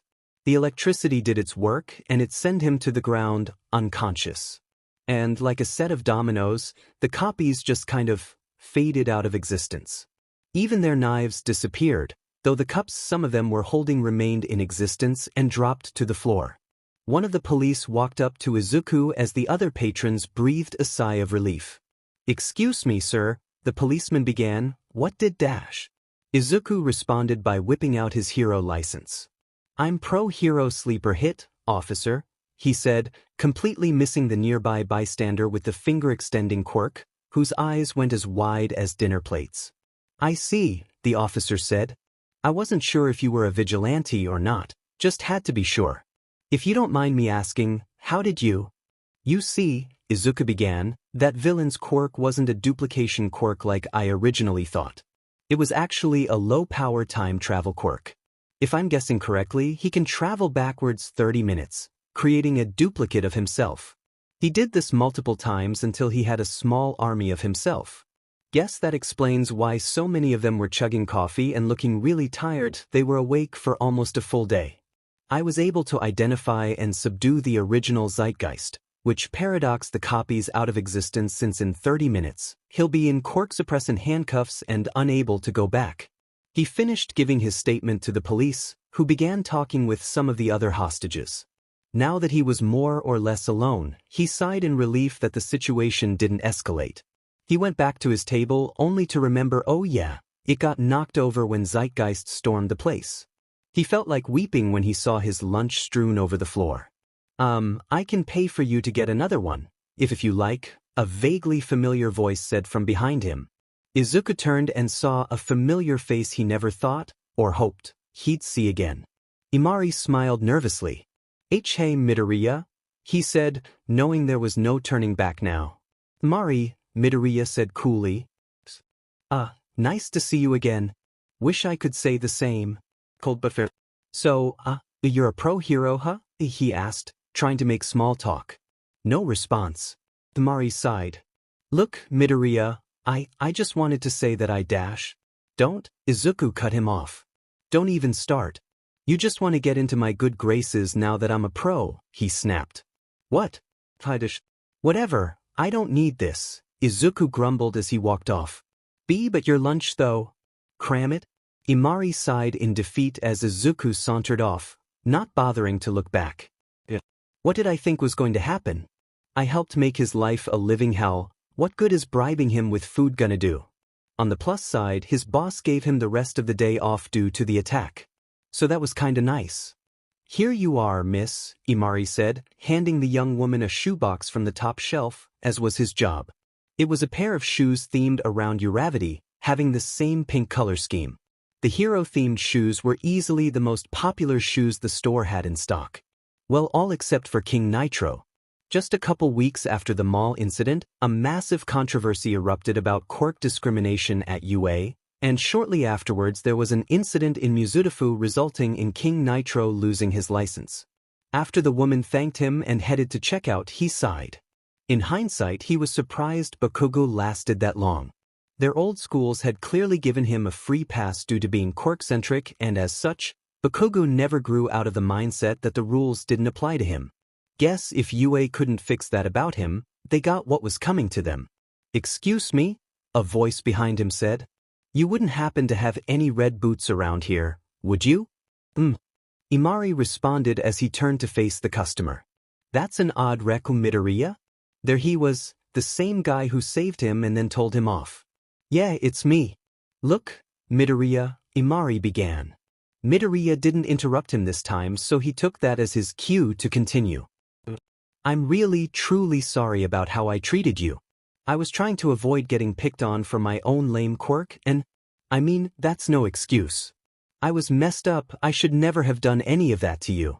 I was so focused on not being at the very bottom, I didn't realize how badly I was hurting the person I thought was below me, the person I should have known to stand beside. I know you don't forgive me, I just needed to get all that off my chest. A moment passes as Midoriya mulls over his answer. Finally he spoke. I'm glad that at least one of my old classmates grew up. Imari was a little surprised that was the reply. Neither of us are the same person we were back in junior high, he continued. I shouldn't have shot you down like that, back at the food court. I had it coming, Imari admitted.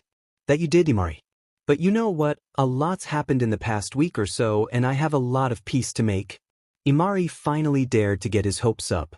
So, am I forgiven? Look, I'm not going to get all buddy-buddy with a former bully of mine. But like I said, Izuku replied. You're a different person from junior high. And there's really no point holding a grudge against someone who doesn't exist anymore. And unlike a certain someone, you've grown up. So yes, I forgive you. He finished as Imari let out a sigh of relief, feeling a weight lifted from his shoulders. You still owe me lunch though. Hatsume was humming some obnoxiously catchy tune as she welded some metal plates together. She had quite a bit of free time today. Izuku hadn't had any major cases lately, just a couple petty crimes that were easily dealt with, so his gear didn't have any major maintenance due. Not only that, but she hadn't had any orders for support gear lately. So it was back to her pet project. She wasn't really sure why she continued to work on these things. After all, the original recipient had turned her down, saying his career was more or less over and he'd accepted that. Still, she enjoyed the challenge of putting these things together. And besides, Izuku suggested she keep at it. Think of it this way, he said once, when Mei asked him for his honest opinion on whether he thought the project was worth continuing. In our line of work, those sorts of injuries aren't that rare. Chances are, someone's gonna get hurt the same way, they'll want to keep going, and you'll be in the perfect position to help them. Just think about how that would impact Hatsume Industries. You'd be single-handedly responsible for saving a hero's career from certain death. And then there are the civilian applications dash. Of course by that point Izuku had already convinced her, and her motivation had already been rekindled, so she simply shut him up with a kiss, told him she needed to get back to work, and that was that. She wiped the sweat off her brow with a rag and sighed.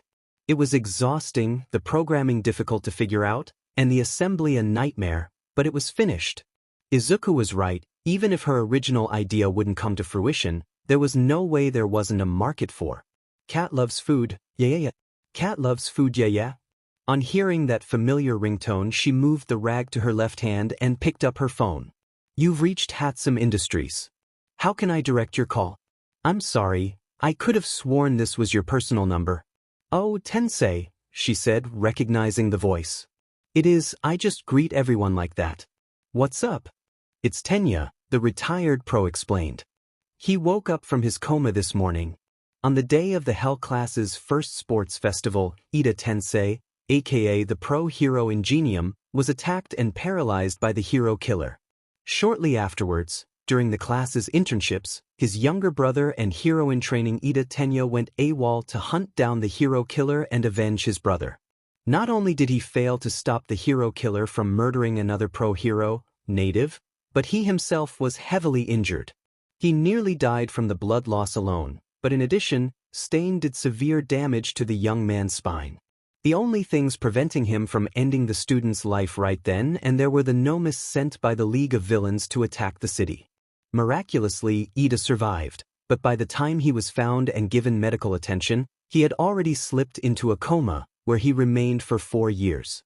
When he woke up, word spread through his former class like wildfire and his hospital room was swarming with visitors, though after their first disastrous attempt to crowd into his room at once they started visiting him individually. The most frequent visitor Ida got was Uraraka. During their time as classmates, the two had gotten along pretty well, and it more or less started during their first heroics class. They had been assigned as the villains during that first exercise, with the opposing hero team being Bakugo and Jiraiya. To say it was an absolute disaster would be an understatement. "So, this is the bomb," Uraraka muttered as she picked up the deceptively light prop. "All right, what's the plan? Isn't it obvious?" Ida said, trying to make his voice sound more sinister and failing miserably. "We wait here, and when the heroes arrive, we'll hold the line until it's over." "I don't think that'll work," she said. "Bakugo's got a really powerful explosion quirk, and while both of us have effective short-ranged quirks, I think he'll be able to overpower us pretty easily. Plus, I can't get close enough to remove his gravity. I could keep him distracted and you sneak up on him," Ida suggested. "But then there's Jiraiya. If she's around, she'll be able to stop me. Then we'll divide and conquer," Ida proclaimed. "Bakugo is clearly looking for a fight, so I'll give him one. If I understand Jiraiya's quirk correctly, she'll be able to find you and sneak to your location without Bakugo noticing. Then you can get the drop on her. Once she's done, I can return to your location where we'll have him outnumbered 2-1. Uraraka finished as she put the pieces together. "Then we can capture him, or at least hold him until the time runs out." "Sounds like a plan to me," Uraraka nodded. "Let's do this." "Okay, once we're in, I'll use my quirk to find them," Jiraiya said. "If they're in the same room talking to each other, it's a safe bet the bomb is there. If they aren't, I'll listen to their footsteps and we'll split up. Are you even listening?" Bakugo didn't respond, flexing and unflexing his fingers as he glared at the entrance. "Hey, Bakugo." "Shut up, extra," Bakugo snapped back. "You're breaking my concentration." "We're supposed to be working together," she pointed out. "Like I need your help to take on these weaklings," he replied. "You may now enter the building," All Might said over the speaker. Jiraiya opened her mouth to speak, but before she could get the first syllable out, Bakugo blew past her into the building. "Hey, wait," she called, but Bakugo was either having a hard time hearing her over the sound of his explosions, or he just didn't care. Probably both. Jiraiya groaned and used her quirk, plugging her earphone jack into the wall to listen for anything. She forced herself to ignore the sound of Bakugo blasting through the halls. When she heard it, the sound of Ida's engines tearing across the 4th floor, afterwards descending to the 3rd floor. "I think they're trying to cause a distraction," Jiraiya realized. "Ida will draw away Bakugo and keep him from getting to the bomb. That means Uraraka is probably waiting at the bomb." She ran up the stairs, up to the 2nd floor, then the 3rd. As soon as she reached the 3rd floor, she was caught off guard by a loud explosion just a couple rooms to her left. "Get back here, extra," Bakugo shouted. "You'll never catch me, hero," Ida replied, evidently taking his role as villain super seriously. Not wanting to pull the pin on her walking grenade of a teammate by interfering in the fight, she resumed her original plan of using stealth. However, she encountered a bit of a hiccup when she tried using her quirk in the stairwell leading to the 4th floor. Bakugo and Ida were fighting so close to her that there was too much interference, and she couldn't pinpoint Uraraka's location. "Gotcha!" With a surprised yelp, Jiraiya was too late to react as Uraraka dropped from above and kicked Jiraiya to the ground. "Sorry about this," the pink-clad girl quickly apologized as she whipped out the capture tape and tied Jiraiya's hands, taking her out of action. Jiraiya has been captured by the villain team. Below, Ida took this as his cue. With a burst of speed, he turned and dashed away from Bakugo, ignoring the blonde's indignant yelling. It was time for Phase 2 of the plan he and Uraraka had put together. With Jiraiya taken out, it was 2 against 1. But since Ida and Uraraka stood no chance of taking on Bakugo head-on even if they worked together, they decided to use their numerical advantage to play defensively, blocking off access to the bomb and stalling until the timer ran out. The two made it back to the bomb before Bakugo, thankfully. Just as they managed to secure the room, Bakugo came in.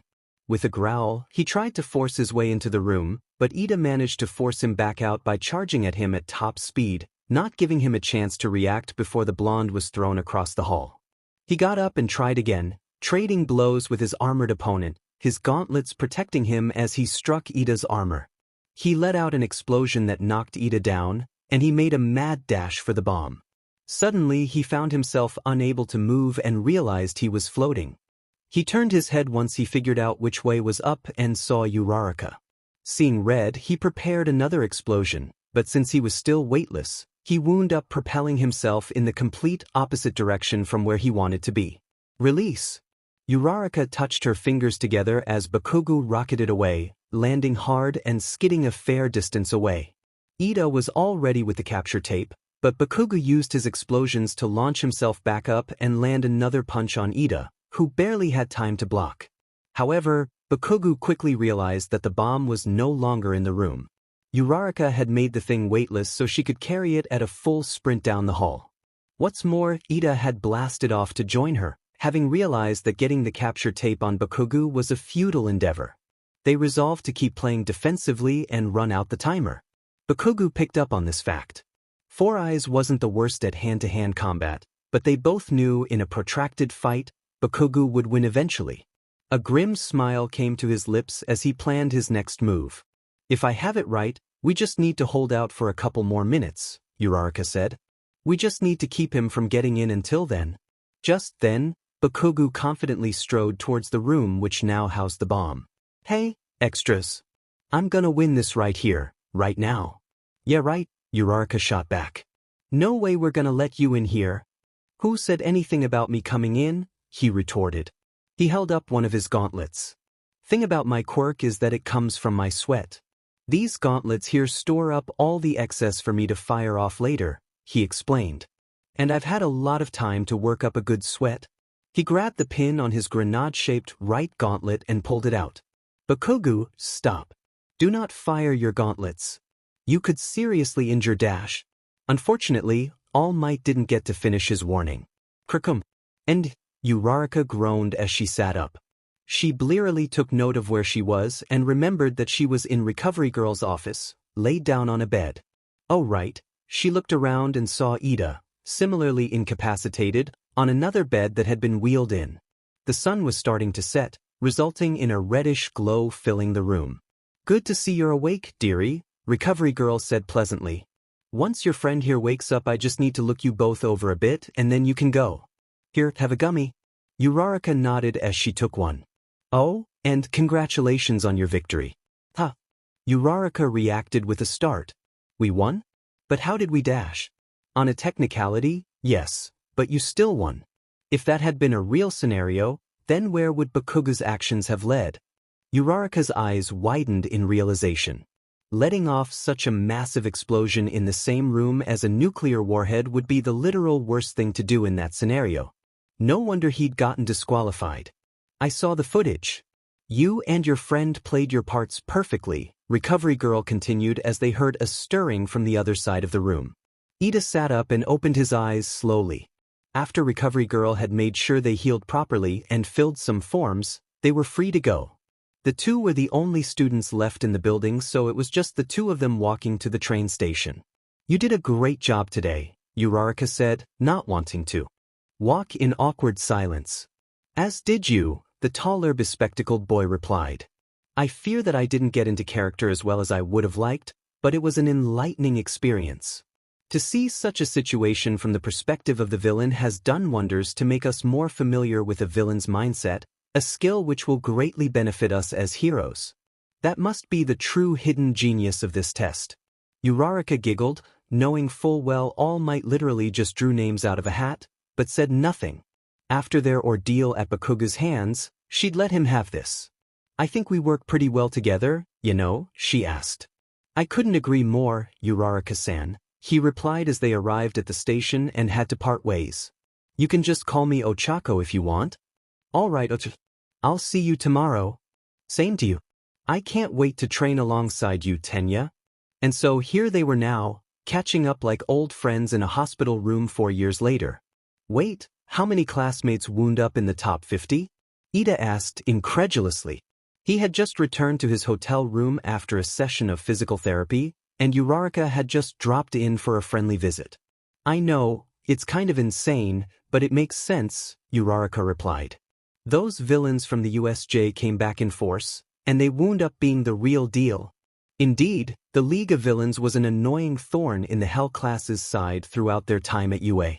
They weren't slowed down whatsoever when their leader, All for One, was killed in his battle with All Might, who later succumbed to his own injuries. Sure, they were running around like chickens with their heads cut off, but that just made them more unpredictable and more dangerous in some ways. They kept targeting us for reasons that are beyond me, though they seemed to keep going after Kirishima for some reason. Anyway, all those high-profile villain battles kind of dragged us into the limelight, kicking and screaming, and now, everyone knows about the Hell class? Well, let me just say that I am so happy for all of you. Ida said. Uraraka felt the urge to giggle as Ida attempted to make that chopping hand motion he always did whenever he got passionate about things, but he looked like it was real uncomfortable and a little painful to do, so she immediately felt guilty.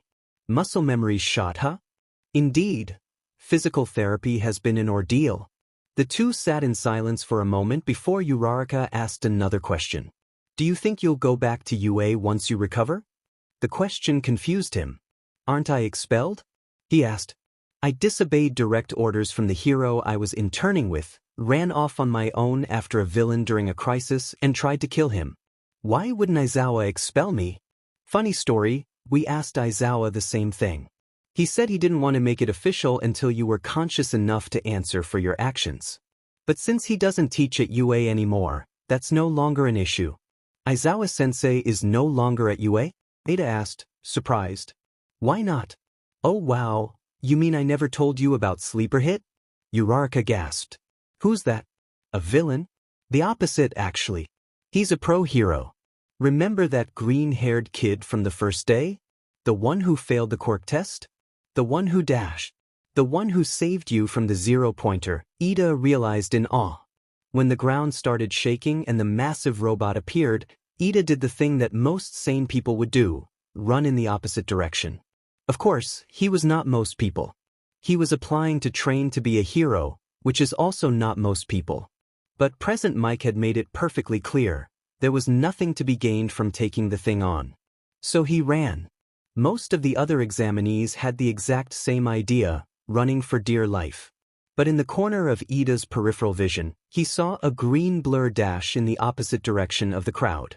Ida recognized him as the disruptive kid from the written exam, and the one who he had caught trying to throw off that brunette's focus.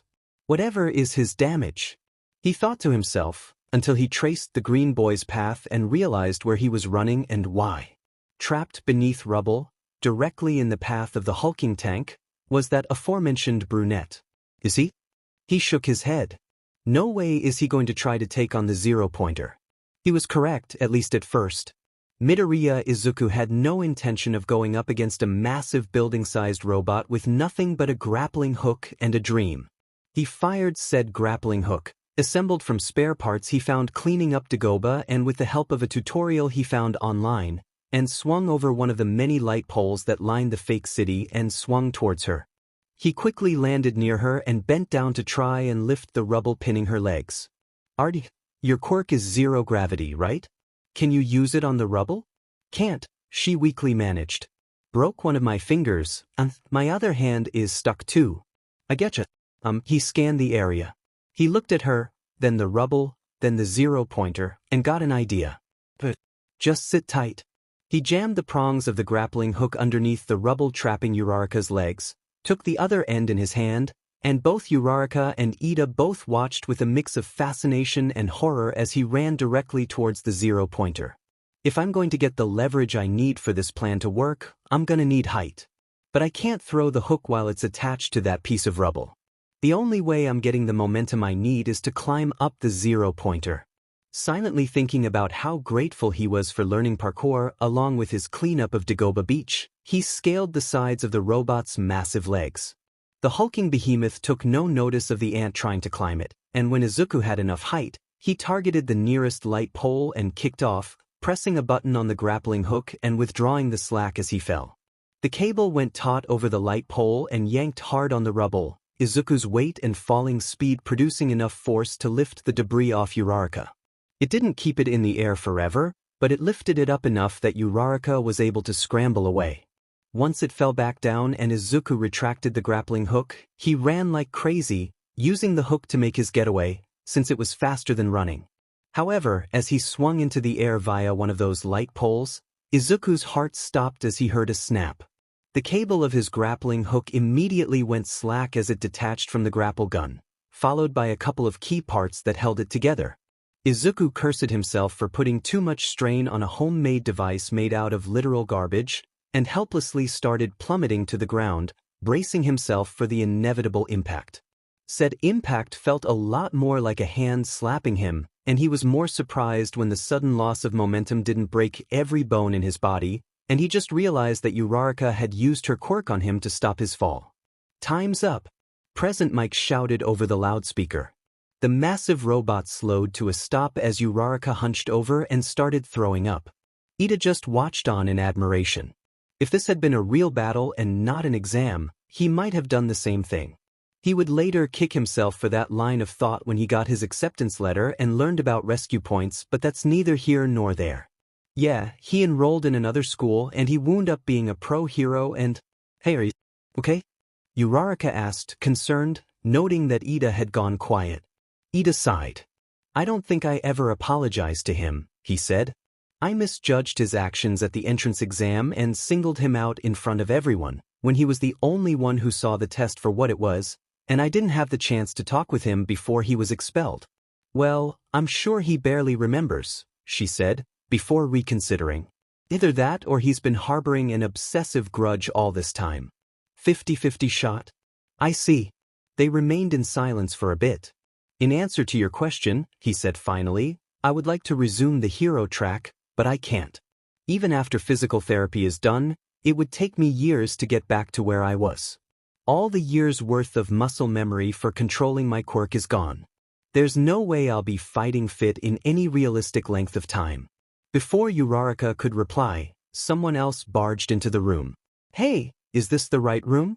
Your brother told me, but I forgot to write it down, and I barged into like 3 rooms before this one, but then I overheard what you just said and I realized my timing couldn't have been better," Hatsume stated as she walked in like they owned the place. Considering one of the last things Ida remembered before his coma was his utter humiliation at her hands during the sports festival, he panicked a bit, flinching away. "Hatsume-san, what are you doing here?" Hatsume grinned, seemingly oblivious to how uncomfortable Ida was in her presence. "I just wanted to say hi to you, it's been a really long time. But also, I heard you want to get back to Hero ING and I've got a baby in the works that'll really help. I actually made it for your brother, but he didn't want it, and I'd hate to see it go to waste.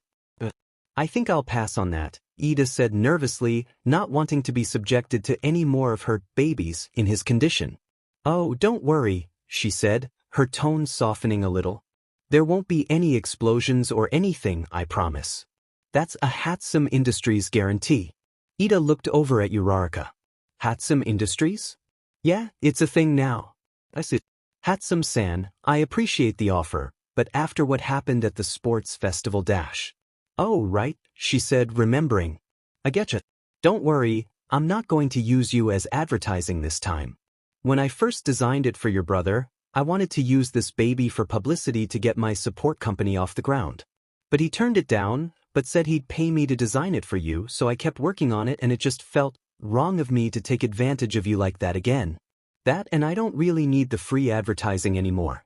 If you don't want my help, that's totally fine." Ida was taken aback. Was this really the same Hatsume who had used him as a commercial back at the sports festival? He mulled it over and sighed. "Oh well, what have I got to lose? You know what, I accept your offer." May's trademark domineering grin suddenly returned to her face. "Glad to hear it. I'll see you once you're discharged from the hospital, and we can get to work. So, if you don't mind me asking, what exactly is this baby anyway?" She simply smiled. "It's a surprise." A month passed before Ida was finally discharged from the hospital. He was able to eat, walk, and do most of his normal activities, but getting back into fighting form was going to be a challenge, one that Hatsume had assured him she would handle. After finally spending some time at home, the time came for him to go to Hatsume's workshop. "So, first thing you gotta know," Hatsume explained, "a lot of this stuff was my fiancé's idea." "Your fiancé? Who in their right mind would agree to marry—" "No, stop it, Tenya, you're being rude. Yeah, the guy's in love with quirk theory. Anyway, after what happened to your brother, he noticed that a lot of heroes have difficulty with quirk control after getting injuries like yours. Quirks have their own muscle memory separate from the normal kind, since each quirk is different and all. He came up with the idea for constructing a leg brace geared towards your quirk that would use data gathered from the recordings of you at UA to help you redevelop your old moves, by using controlled bursts of quirk stimulants and quirk suppressants to match what you were able to pull off before your injury. The whole point is to simulate and accelerate the repetition of your quirk-related moves so you can perform them second nature.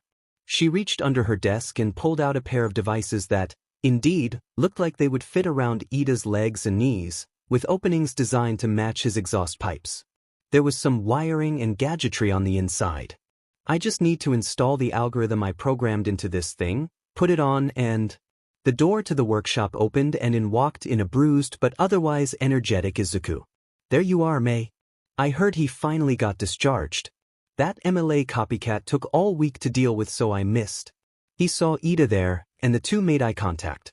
Ida remembered this guy being much more meek and, for lack of a better word, wimpy at the entrance exam. Both he and May had grown up a lot. And here he was, having slept through what should have been a defining time of his life had he not made such a horrible mistake. And he felt so out of place there. But he was pulled out of his ruminations when he offered him his hand. Ida Tenya, right? He asked. Midoriya Izuku? We've met, Ida observed, shaking his hand. Not properly, Izuku said. I have the worst luck with first impressions. Now that we're all acquainted, Hatsume interrupted, I think it's high time we get to work. Ida Tenya, your hero rehabilitation has officially begun. Even though he was discharged from the hospital, Ida's physical therapy was not over. In fact, it only got more grueling from here on out. And while the device did indeed speed up the process of retraining his quirk, that didn't mean it was instant. Despite this, Ida insisted he'd push through. Ida once again circled the large, gray room. May had this large, sturdy, relatively empty testing room installed in the basement level of her building for the purpose of testing her babies, but was willing to let Ida use it to get his quirk back into gear in a controlled environment. His stamina had been recovering quite well, along with his quirk control, but he once again hit a wall of exhaustion and went to take a rest. Through all this, his relationship with Izuku was strictly professional, as Izuku essentially acted as a part-time quirk-specific physical therapist when he wasn't busy with a case, and they didn't have much time to talk. May was around much more, but Ida still gave her a wide berth, a decision May fully understood. It hit Ida again just how much she had matured since the sports festival. He sighed again at the reminder of just how much he had missed. He began thinking of the most troubling development he'd been unconscious for. I don't believe it, Ida said, voice shaking as Uraraka concluded her account. I always knew Aizawa's methods were strict, but he purposely sabotaged him? Apparently, yeah, Uraraka shrugged, smiling sadly. I never thought, after all he went through to protect us at you, how could he? Ida was at a loss for words as he stared off into space, struggling to comprehend this. Ida Tenya had been born into a family deeply rooted in heroics, which may or may not have given him special treatment throughout his pre-UA school. Hosu notwithstanding, he never once thought to question the decisions of authority figures. It just didn't occur to him that anyone in that position would make such a blatantly wrong call, since for most of his life those around him had been heroes themselves. To his eternal regret, when Aizawa had expelled Midoriya, who, based on the entrance exam, had more heroic potential than many of the applicants, he didn't give that incident a second thought, despite all the respect he had for him following the exam. He just assumed that Aizawa knew something he didn't and rolled with it, and even said as much when Uraraka vented about it to him a few days before the sports festival. Yeah, Shinso took it pretty hard. Not as hard as Kirishima though, after, you know. Bakugo, Ida said, adjusting his glasses with none of the practiced precision he once had. Forgive me for sounding judgmental, but I can't help but feel we really should have seen that coming. You know what? Uraraka said, again chuckling sadly, can't say I disagree. We all saw the way he acted, but Kirishima was always willing to go to bat for the guy, and I guess we all just kinda assumed he lashed out the way he did because of the way he blamed himself. Blamed himself? Ida asked, confused. For what? He certainly showed no remorse for his actions from what you told me. Uraraka drew in a sharp breath as her eyes widened. You mean, no one told you? Told me what? Ada asked, concerned. Rather not, she began but sighed. No, you'll hear about it eventually. He blamed himself for getting All Might killed. And boy, hadn't that been a wake-up call for Ida. It was with that revelation that he realized, for the first time since his awakening, that the world he knew was long gone. It had been a bitter pill to swallow, and he still wasn't completely over the shock. Living in a world where he missed how it got there didn't help ease the emptiness either. He felt perpetually lost, like he was charging forward at blinding speed with no idea where he was. You okay? May's curious words brought Ida back to the present. I suppose, Ida sighed as May sat next to him. I don't blame you, she said, for feeling down. You did essentially jump forward in time. If you had just shrugged it off, then I'd be really worried. I've been hearing about all my former classmates and seeing what they've been doing. Uraraka, Kirishima, Yaoyorozu. They've become such great heroes, and I think, was I supposed to be that? Was I even capable of getting there? I acted so foolishly at Hosu. Not heroic at all. Hey, you were a teenager. We all did stupid stuff. You're not helping, Ida replied with a glare. Sorry, May quickly replied, looking apologetic, an emotion Ida was really unused to seeing on May, which once again reminded him of how much had changed and… Ida groaned, his head between his hands as his thoughts circled the same few points once again. No matter how hard I try, I'm caught in a downward spiral of negativity and I can't escape. May. I'm back, a cheerful, out-of-breath voice called from around the corner as Izuku entered the room. Ida looked up and waved as May got up and hugged him. May sniffed him a couple times, scrunching her face at the evidently foul smell. Ugh, poison gas Quirk? Chlorine specifically. Rusted right through my gear, he lamented, holding up his gauntlets, which were now blood red and rough, not to mention frozen in position. Still beat him though, even if my lungs feel like they're about to secede from my body after all the time I spent holding my breath. That's good to hear. Need me to replace your gear? You don't even have to ask, Izuku replied, already handing her a small pile of rusted tech and bits of armor. I'll be right back with that, she said, heading for the elevator, not even pausing as Izuku leaned forward to kiss her but missed completely. Yeah, sorry, May apologized insincerely as Izuku tried to recover from completely whiffing on the kiss, but you smell like a bucket of bleach. Why don't you chat with Ida, she added as she made her exit. I think he could use someone to talk to. Not like you're going anywhere. As the elevator doors closed, Izuku made his way to the despondent speedster and sat next to him where May had been. So, how are the leg braces working for you? He asked hesitantly, trying to break the ice a bit. I haven't had any problems yet, Ida said. If he was put off by the smell, he didn't say anything about it. They're working fine. The rehabilitation is going smoothly. Looks to me like it hasn't, Izuku observed. Emotionally, mentally. Another heavy sigh. I don't know what to do. I can't exactly help you there, Izuku said. I'm no therapist. Midoriya? Can you be honest with me about something? Shoot. Do you think I can still be a hero? Izuku looked taken aback, if only for a bit. Of course. What brought this on? You are aware of what put me in that coma, right? I think I got the gist of it. The hero killer went after your brother. You went after him while you were interning with Manuel, and you got a sword through the spinal column for your trouble. So you're aware, then, that I was consumed by thoughts of revenge in a manner that hardly suits a hero. But you weren't a hero, Izuku observed. You were a hero student. And it's not like you were the only one with issues. Todoroki, for example. I suppose that's fair. Ida sighed again, a sound Izuku was starting to become incredibly familiar with. But I'm worried it's too late for me. If it's about age, I should point out you looked like you were college-bound compared to the rest of the class anyway. It's not that, UA was when I was supposed to become the person I was always supposed to be, and I just missed it. Due to my own stupidity. Do you want to be a hero? Izuku asked bluntly. Yes, of course I do. Ida said resolutely, if a bit confused at the change in subject. Why? Come again. Why do you want to be a hero? Ida was caught off guard by the question. He hadn't really given it much thought as of late, since he always thought he knew the answer to live up to his family name, simple as that. But his religious devotion to upholding the Ida name had led him on his ill-advised manhunt, so that was hardly a good answer.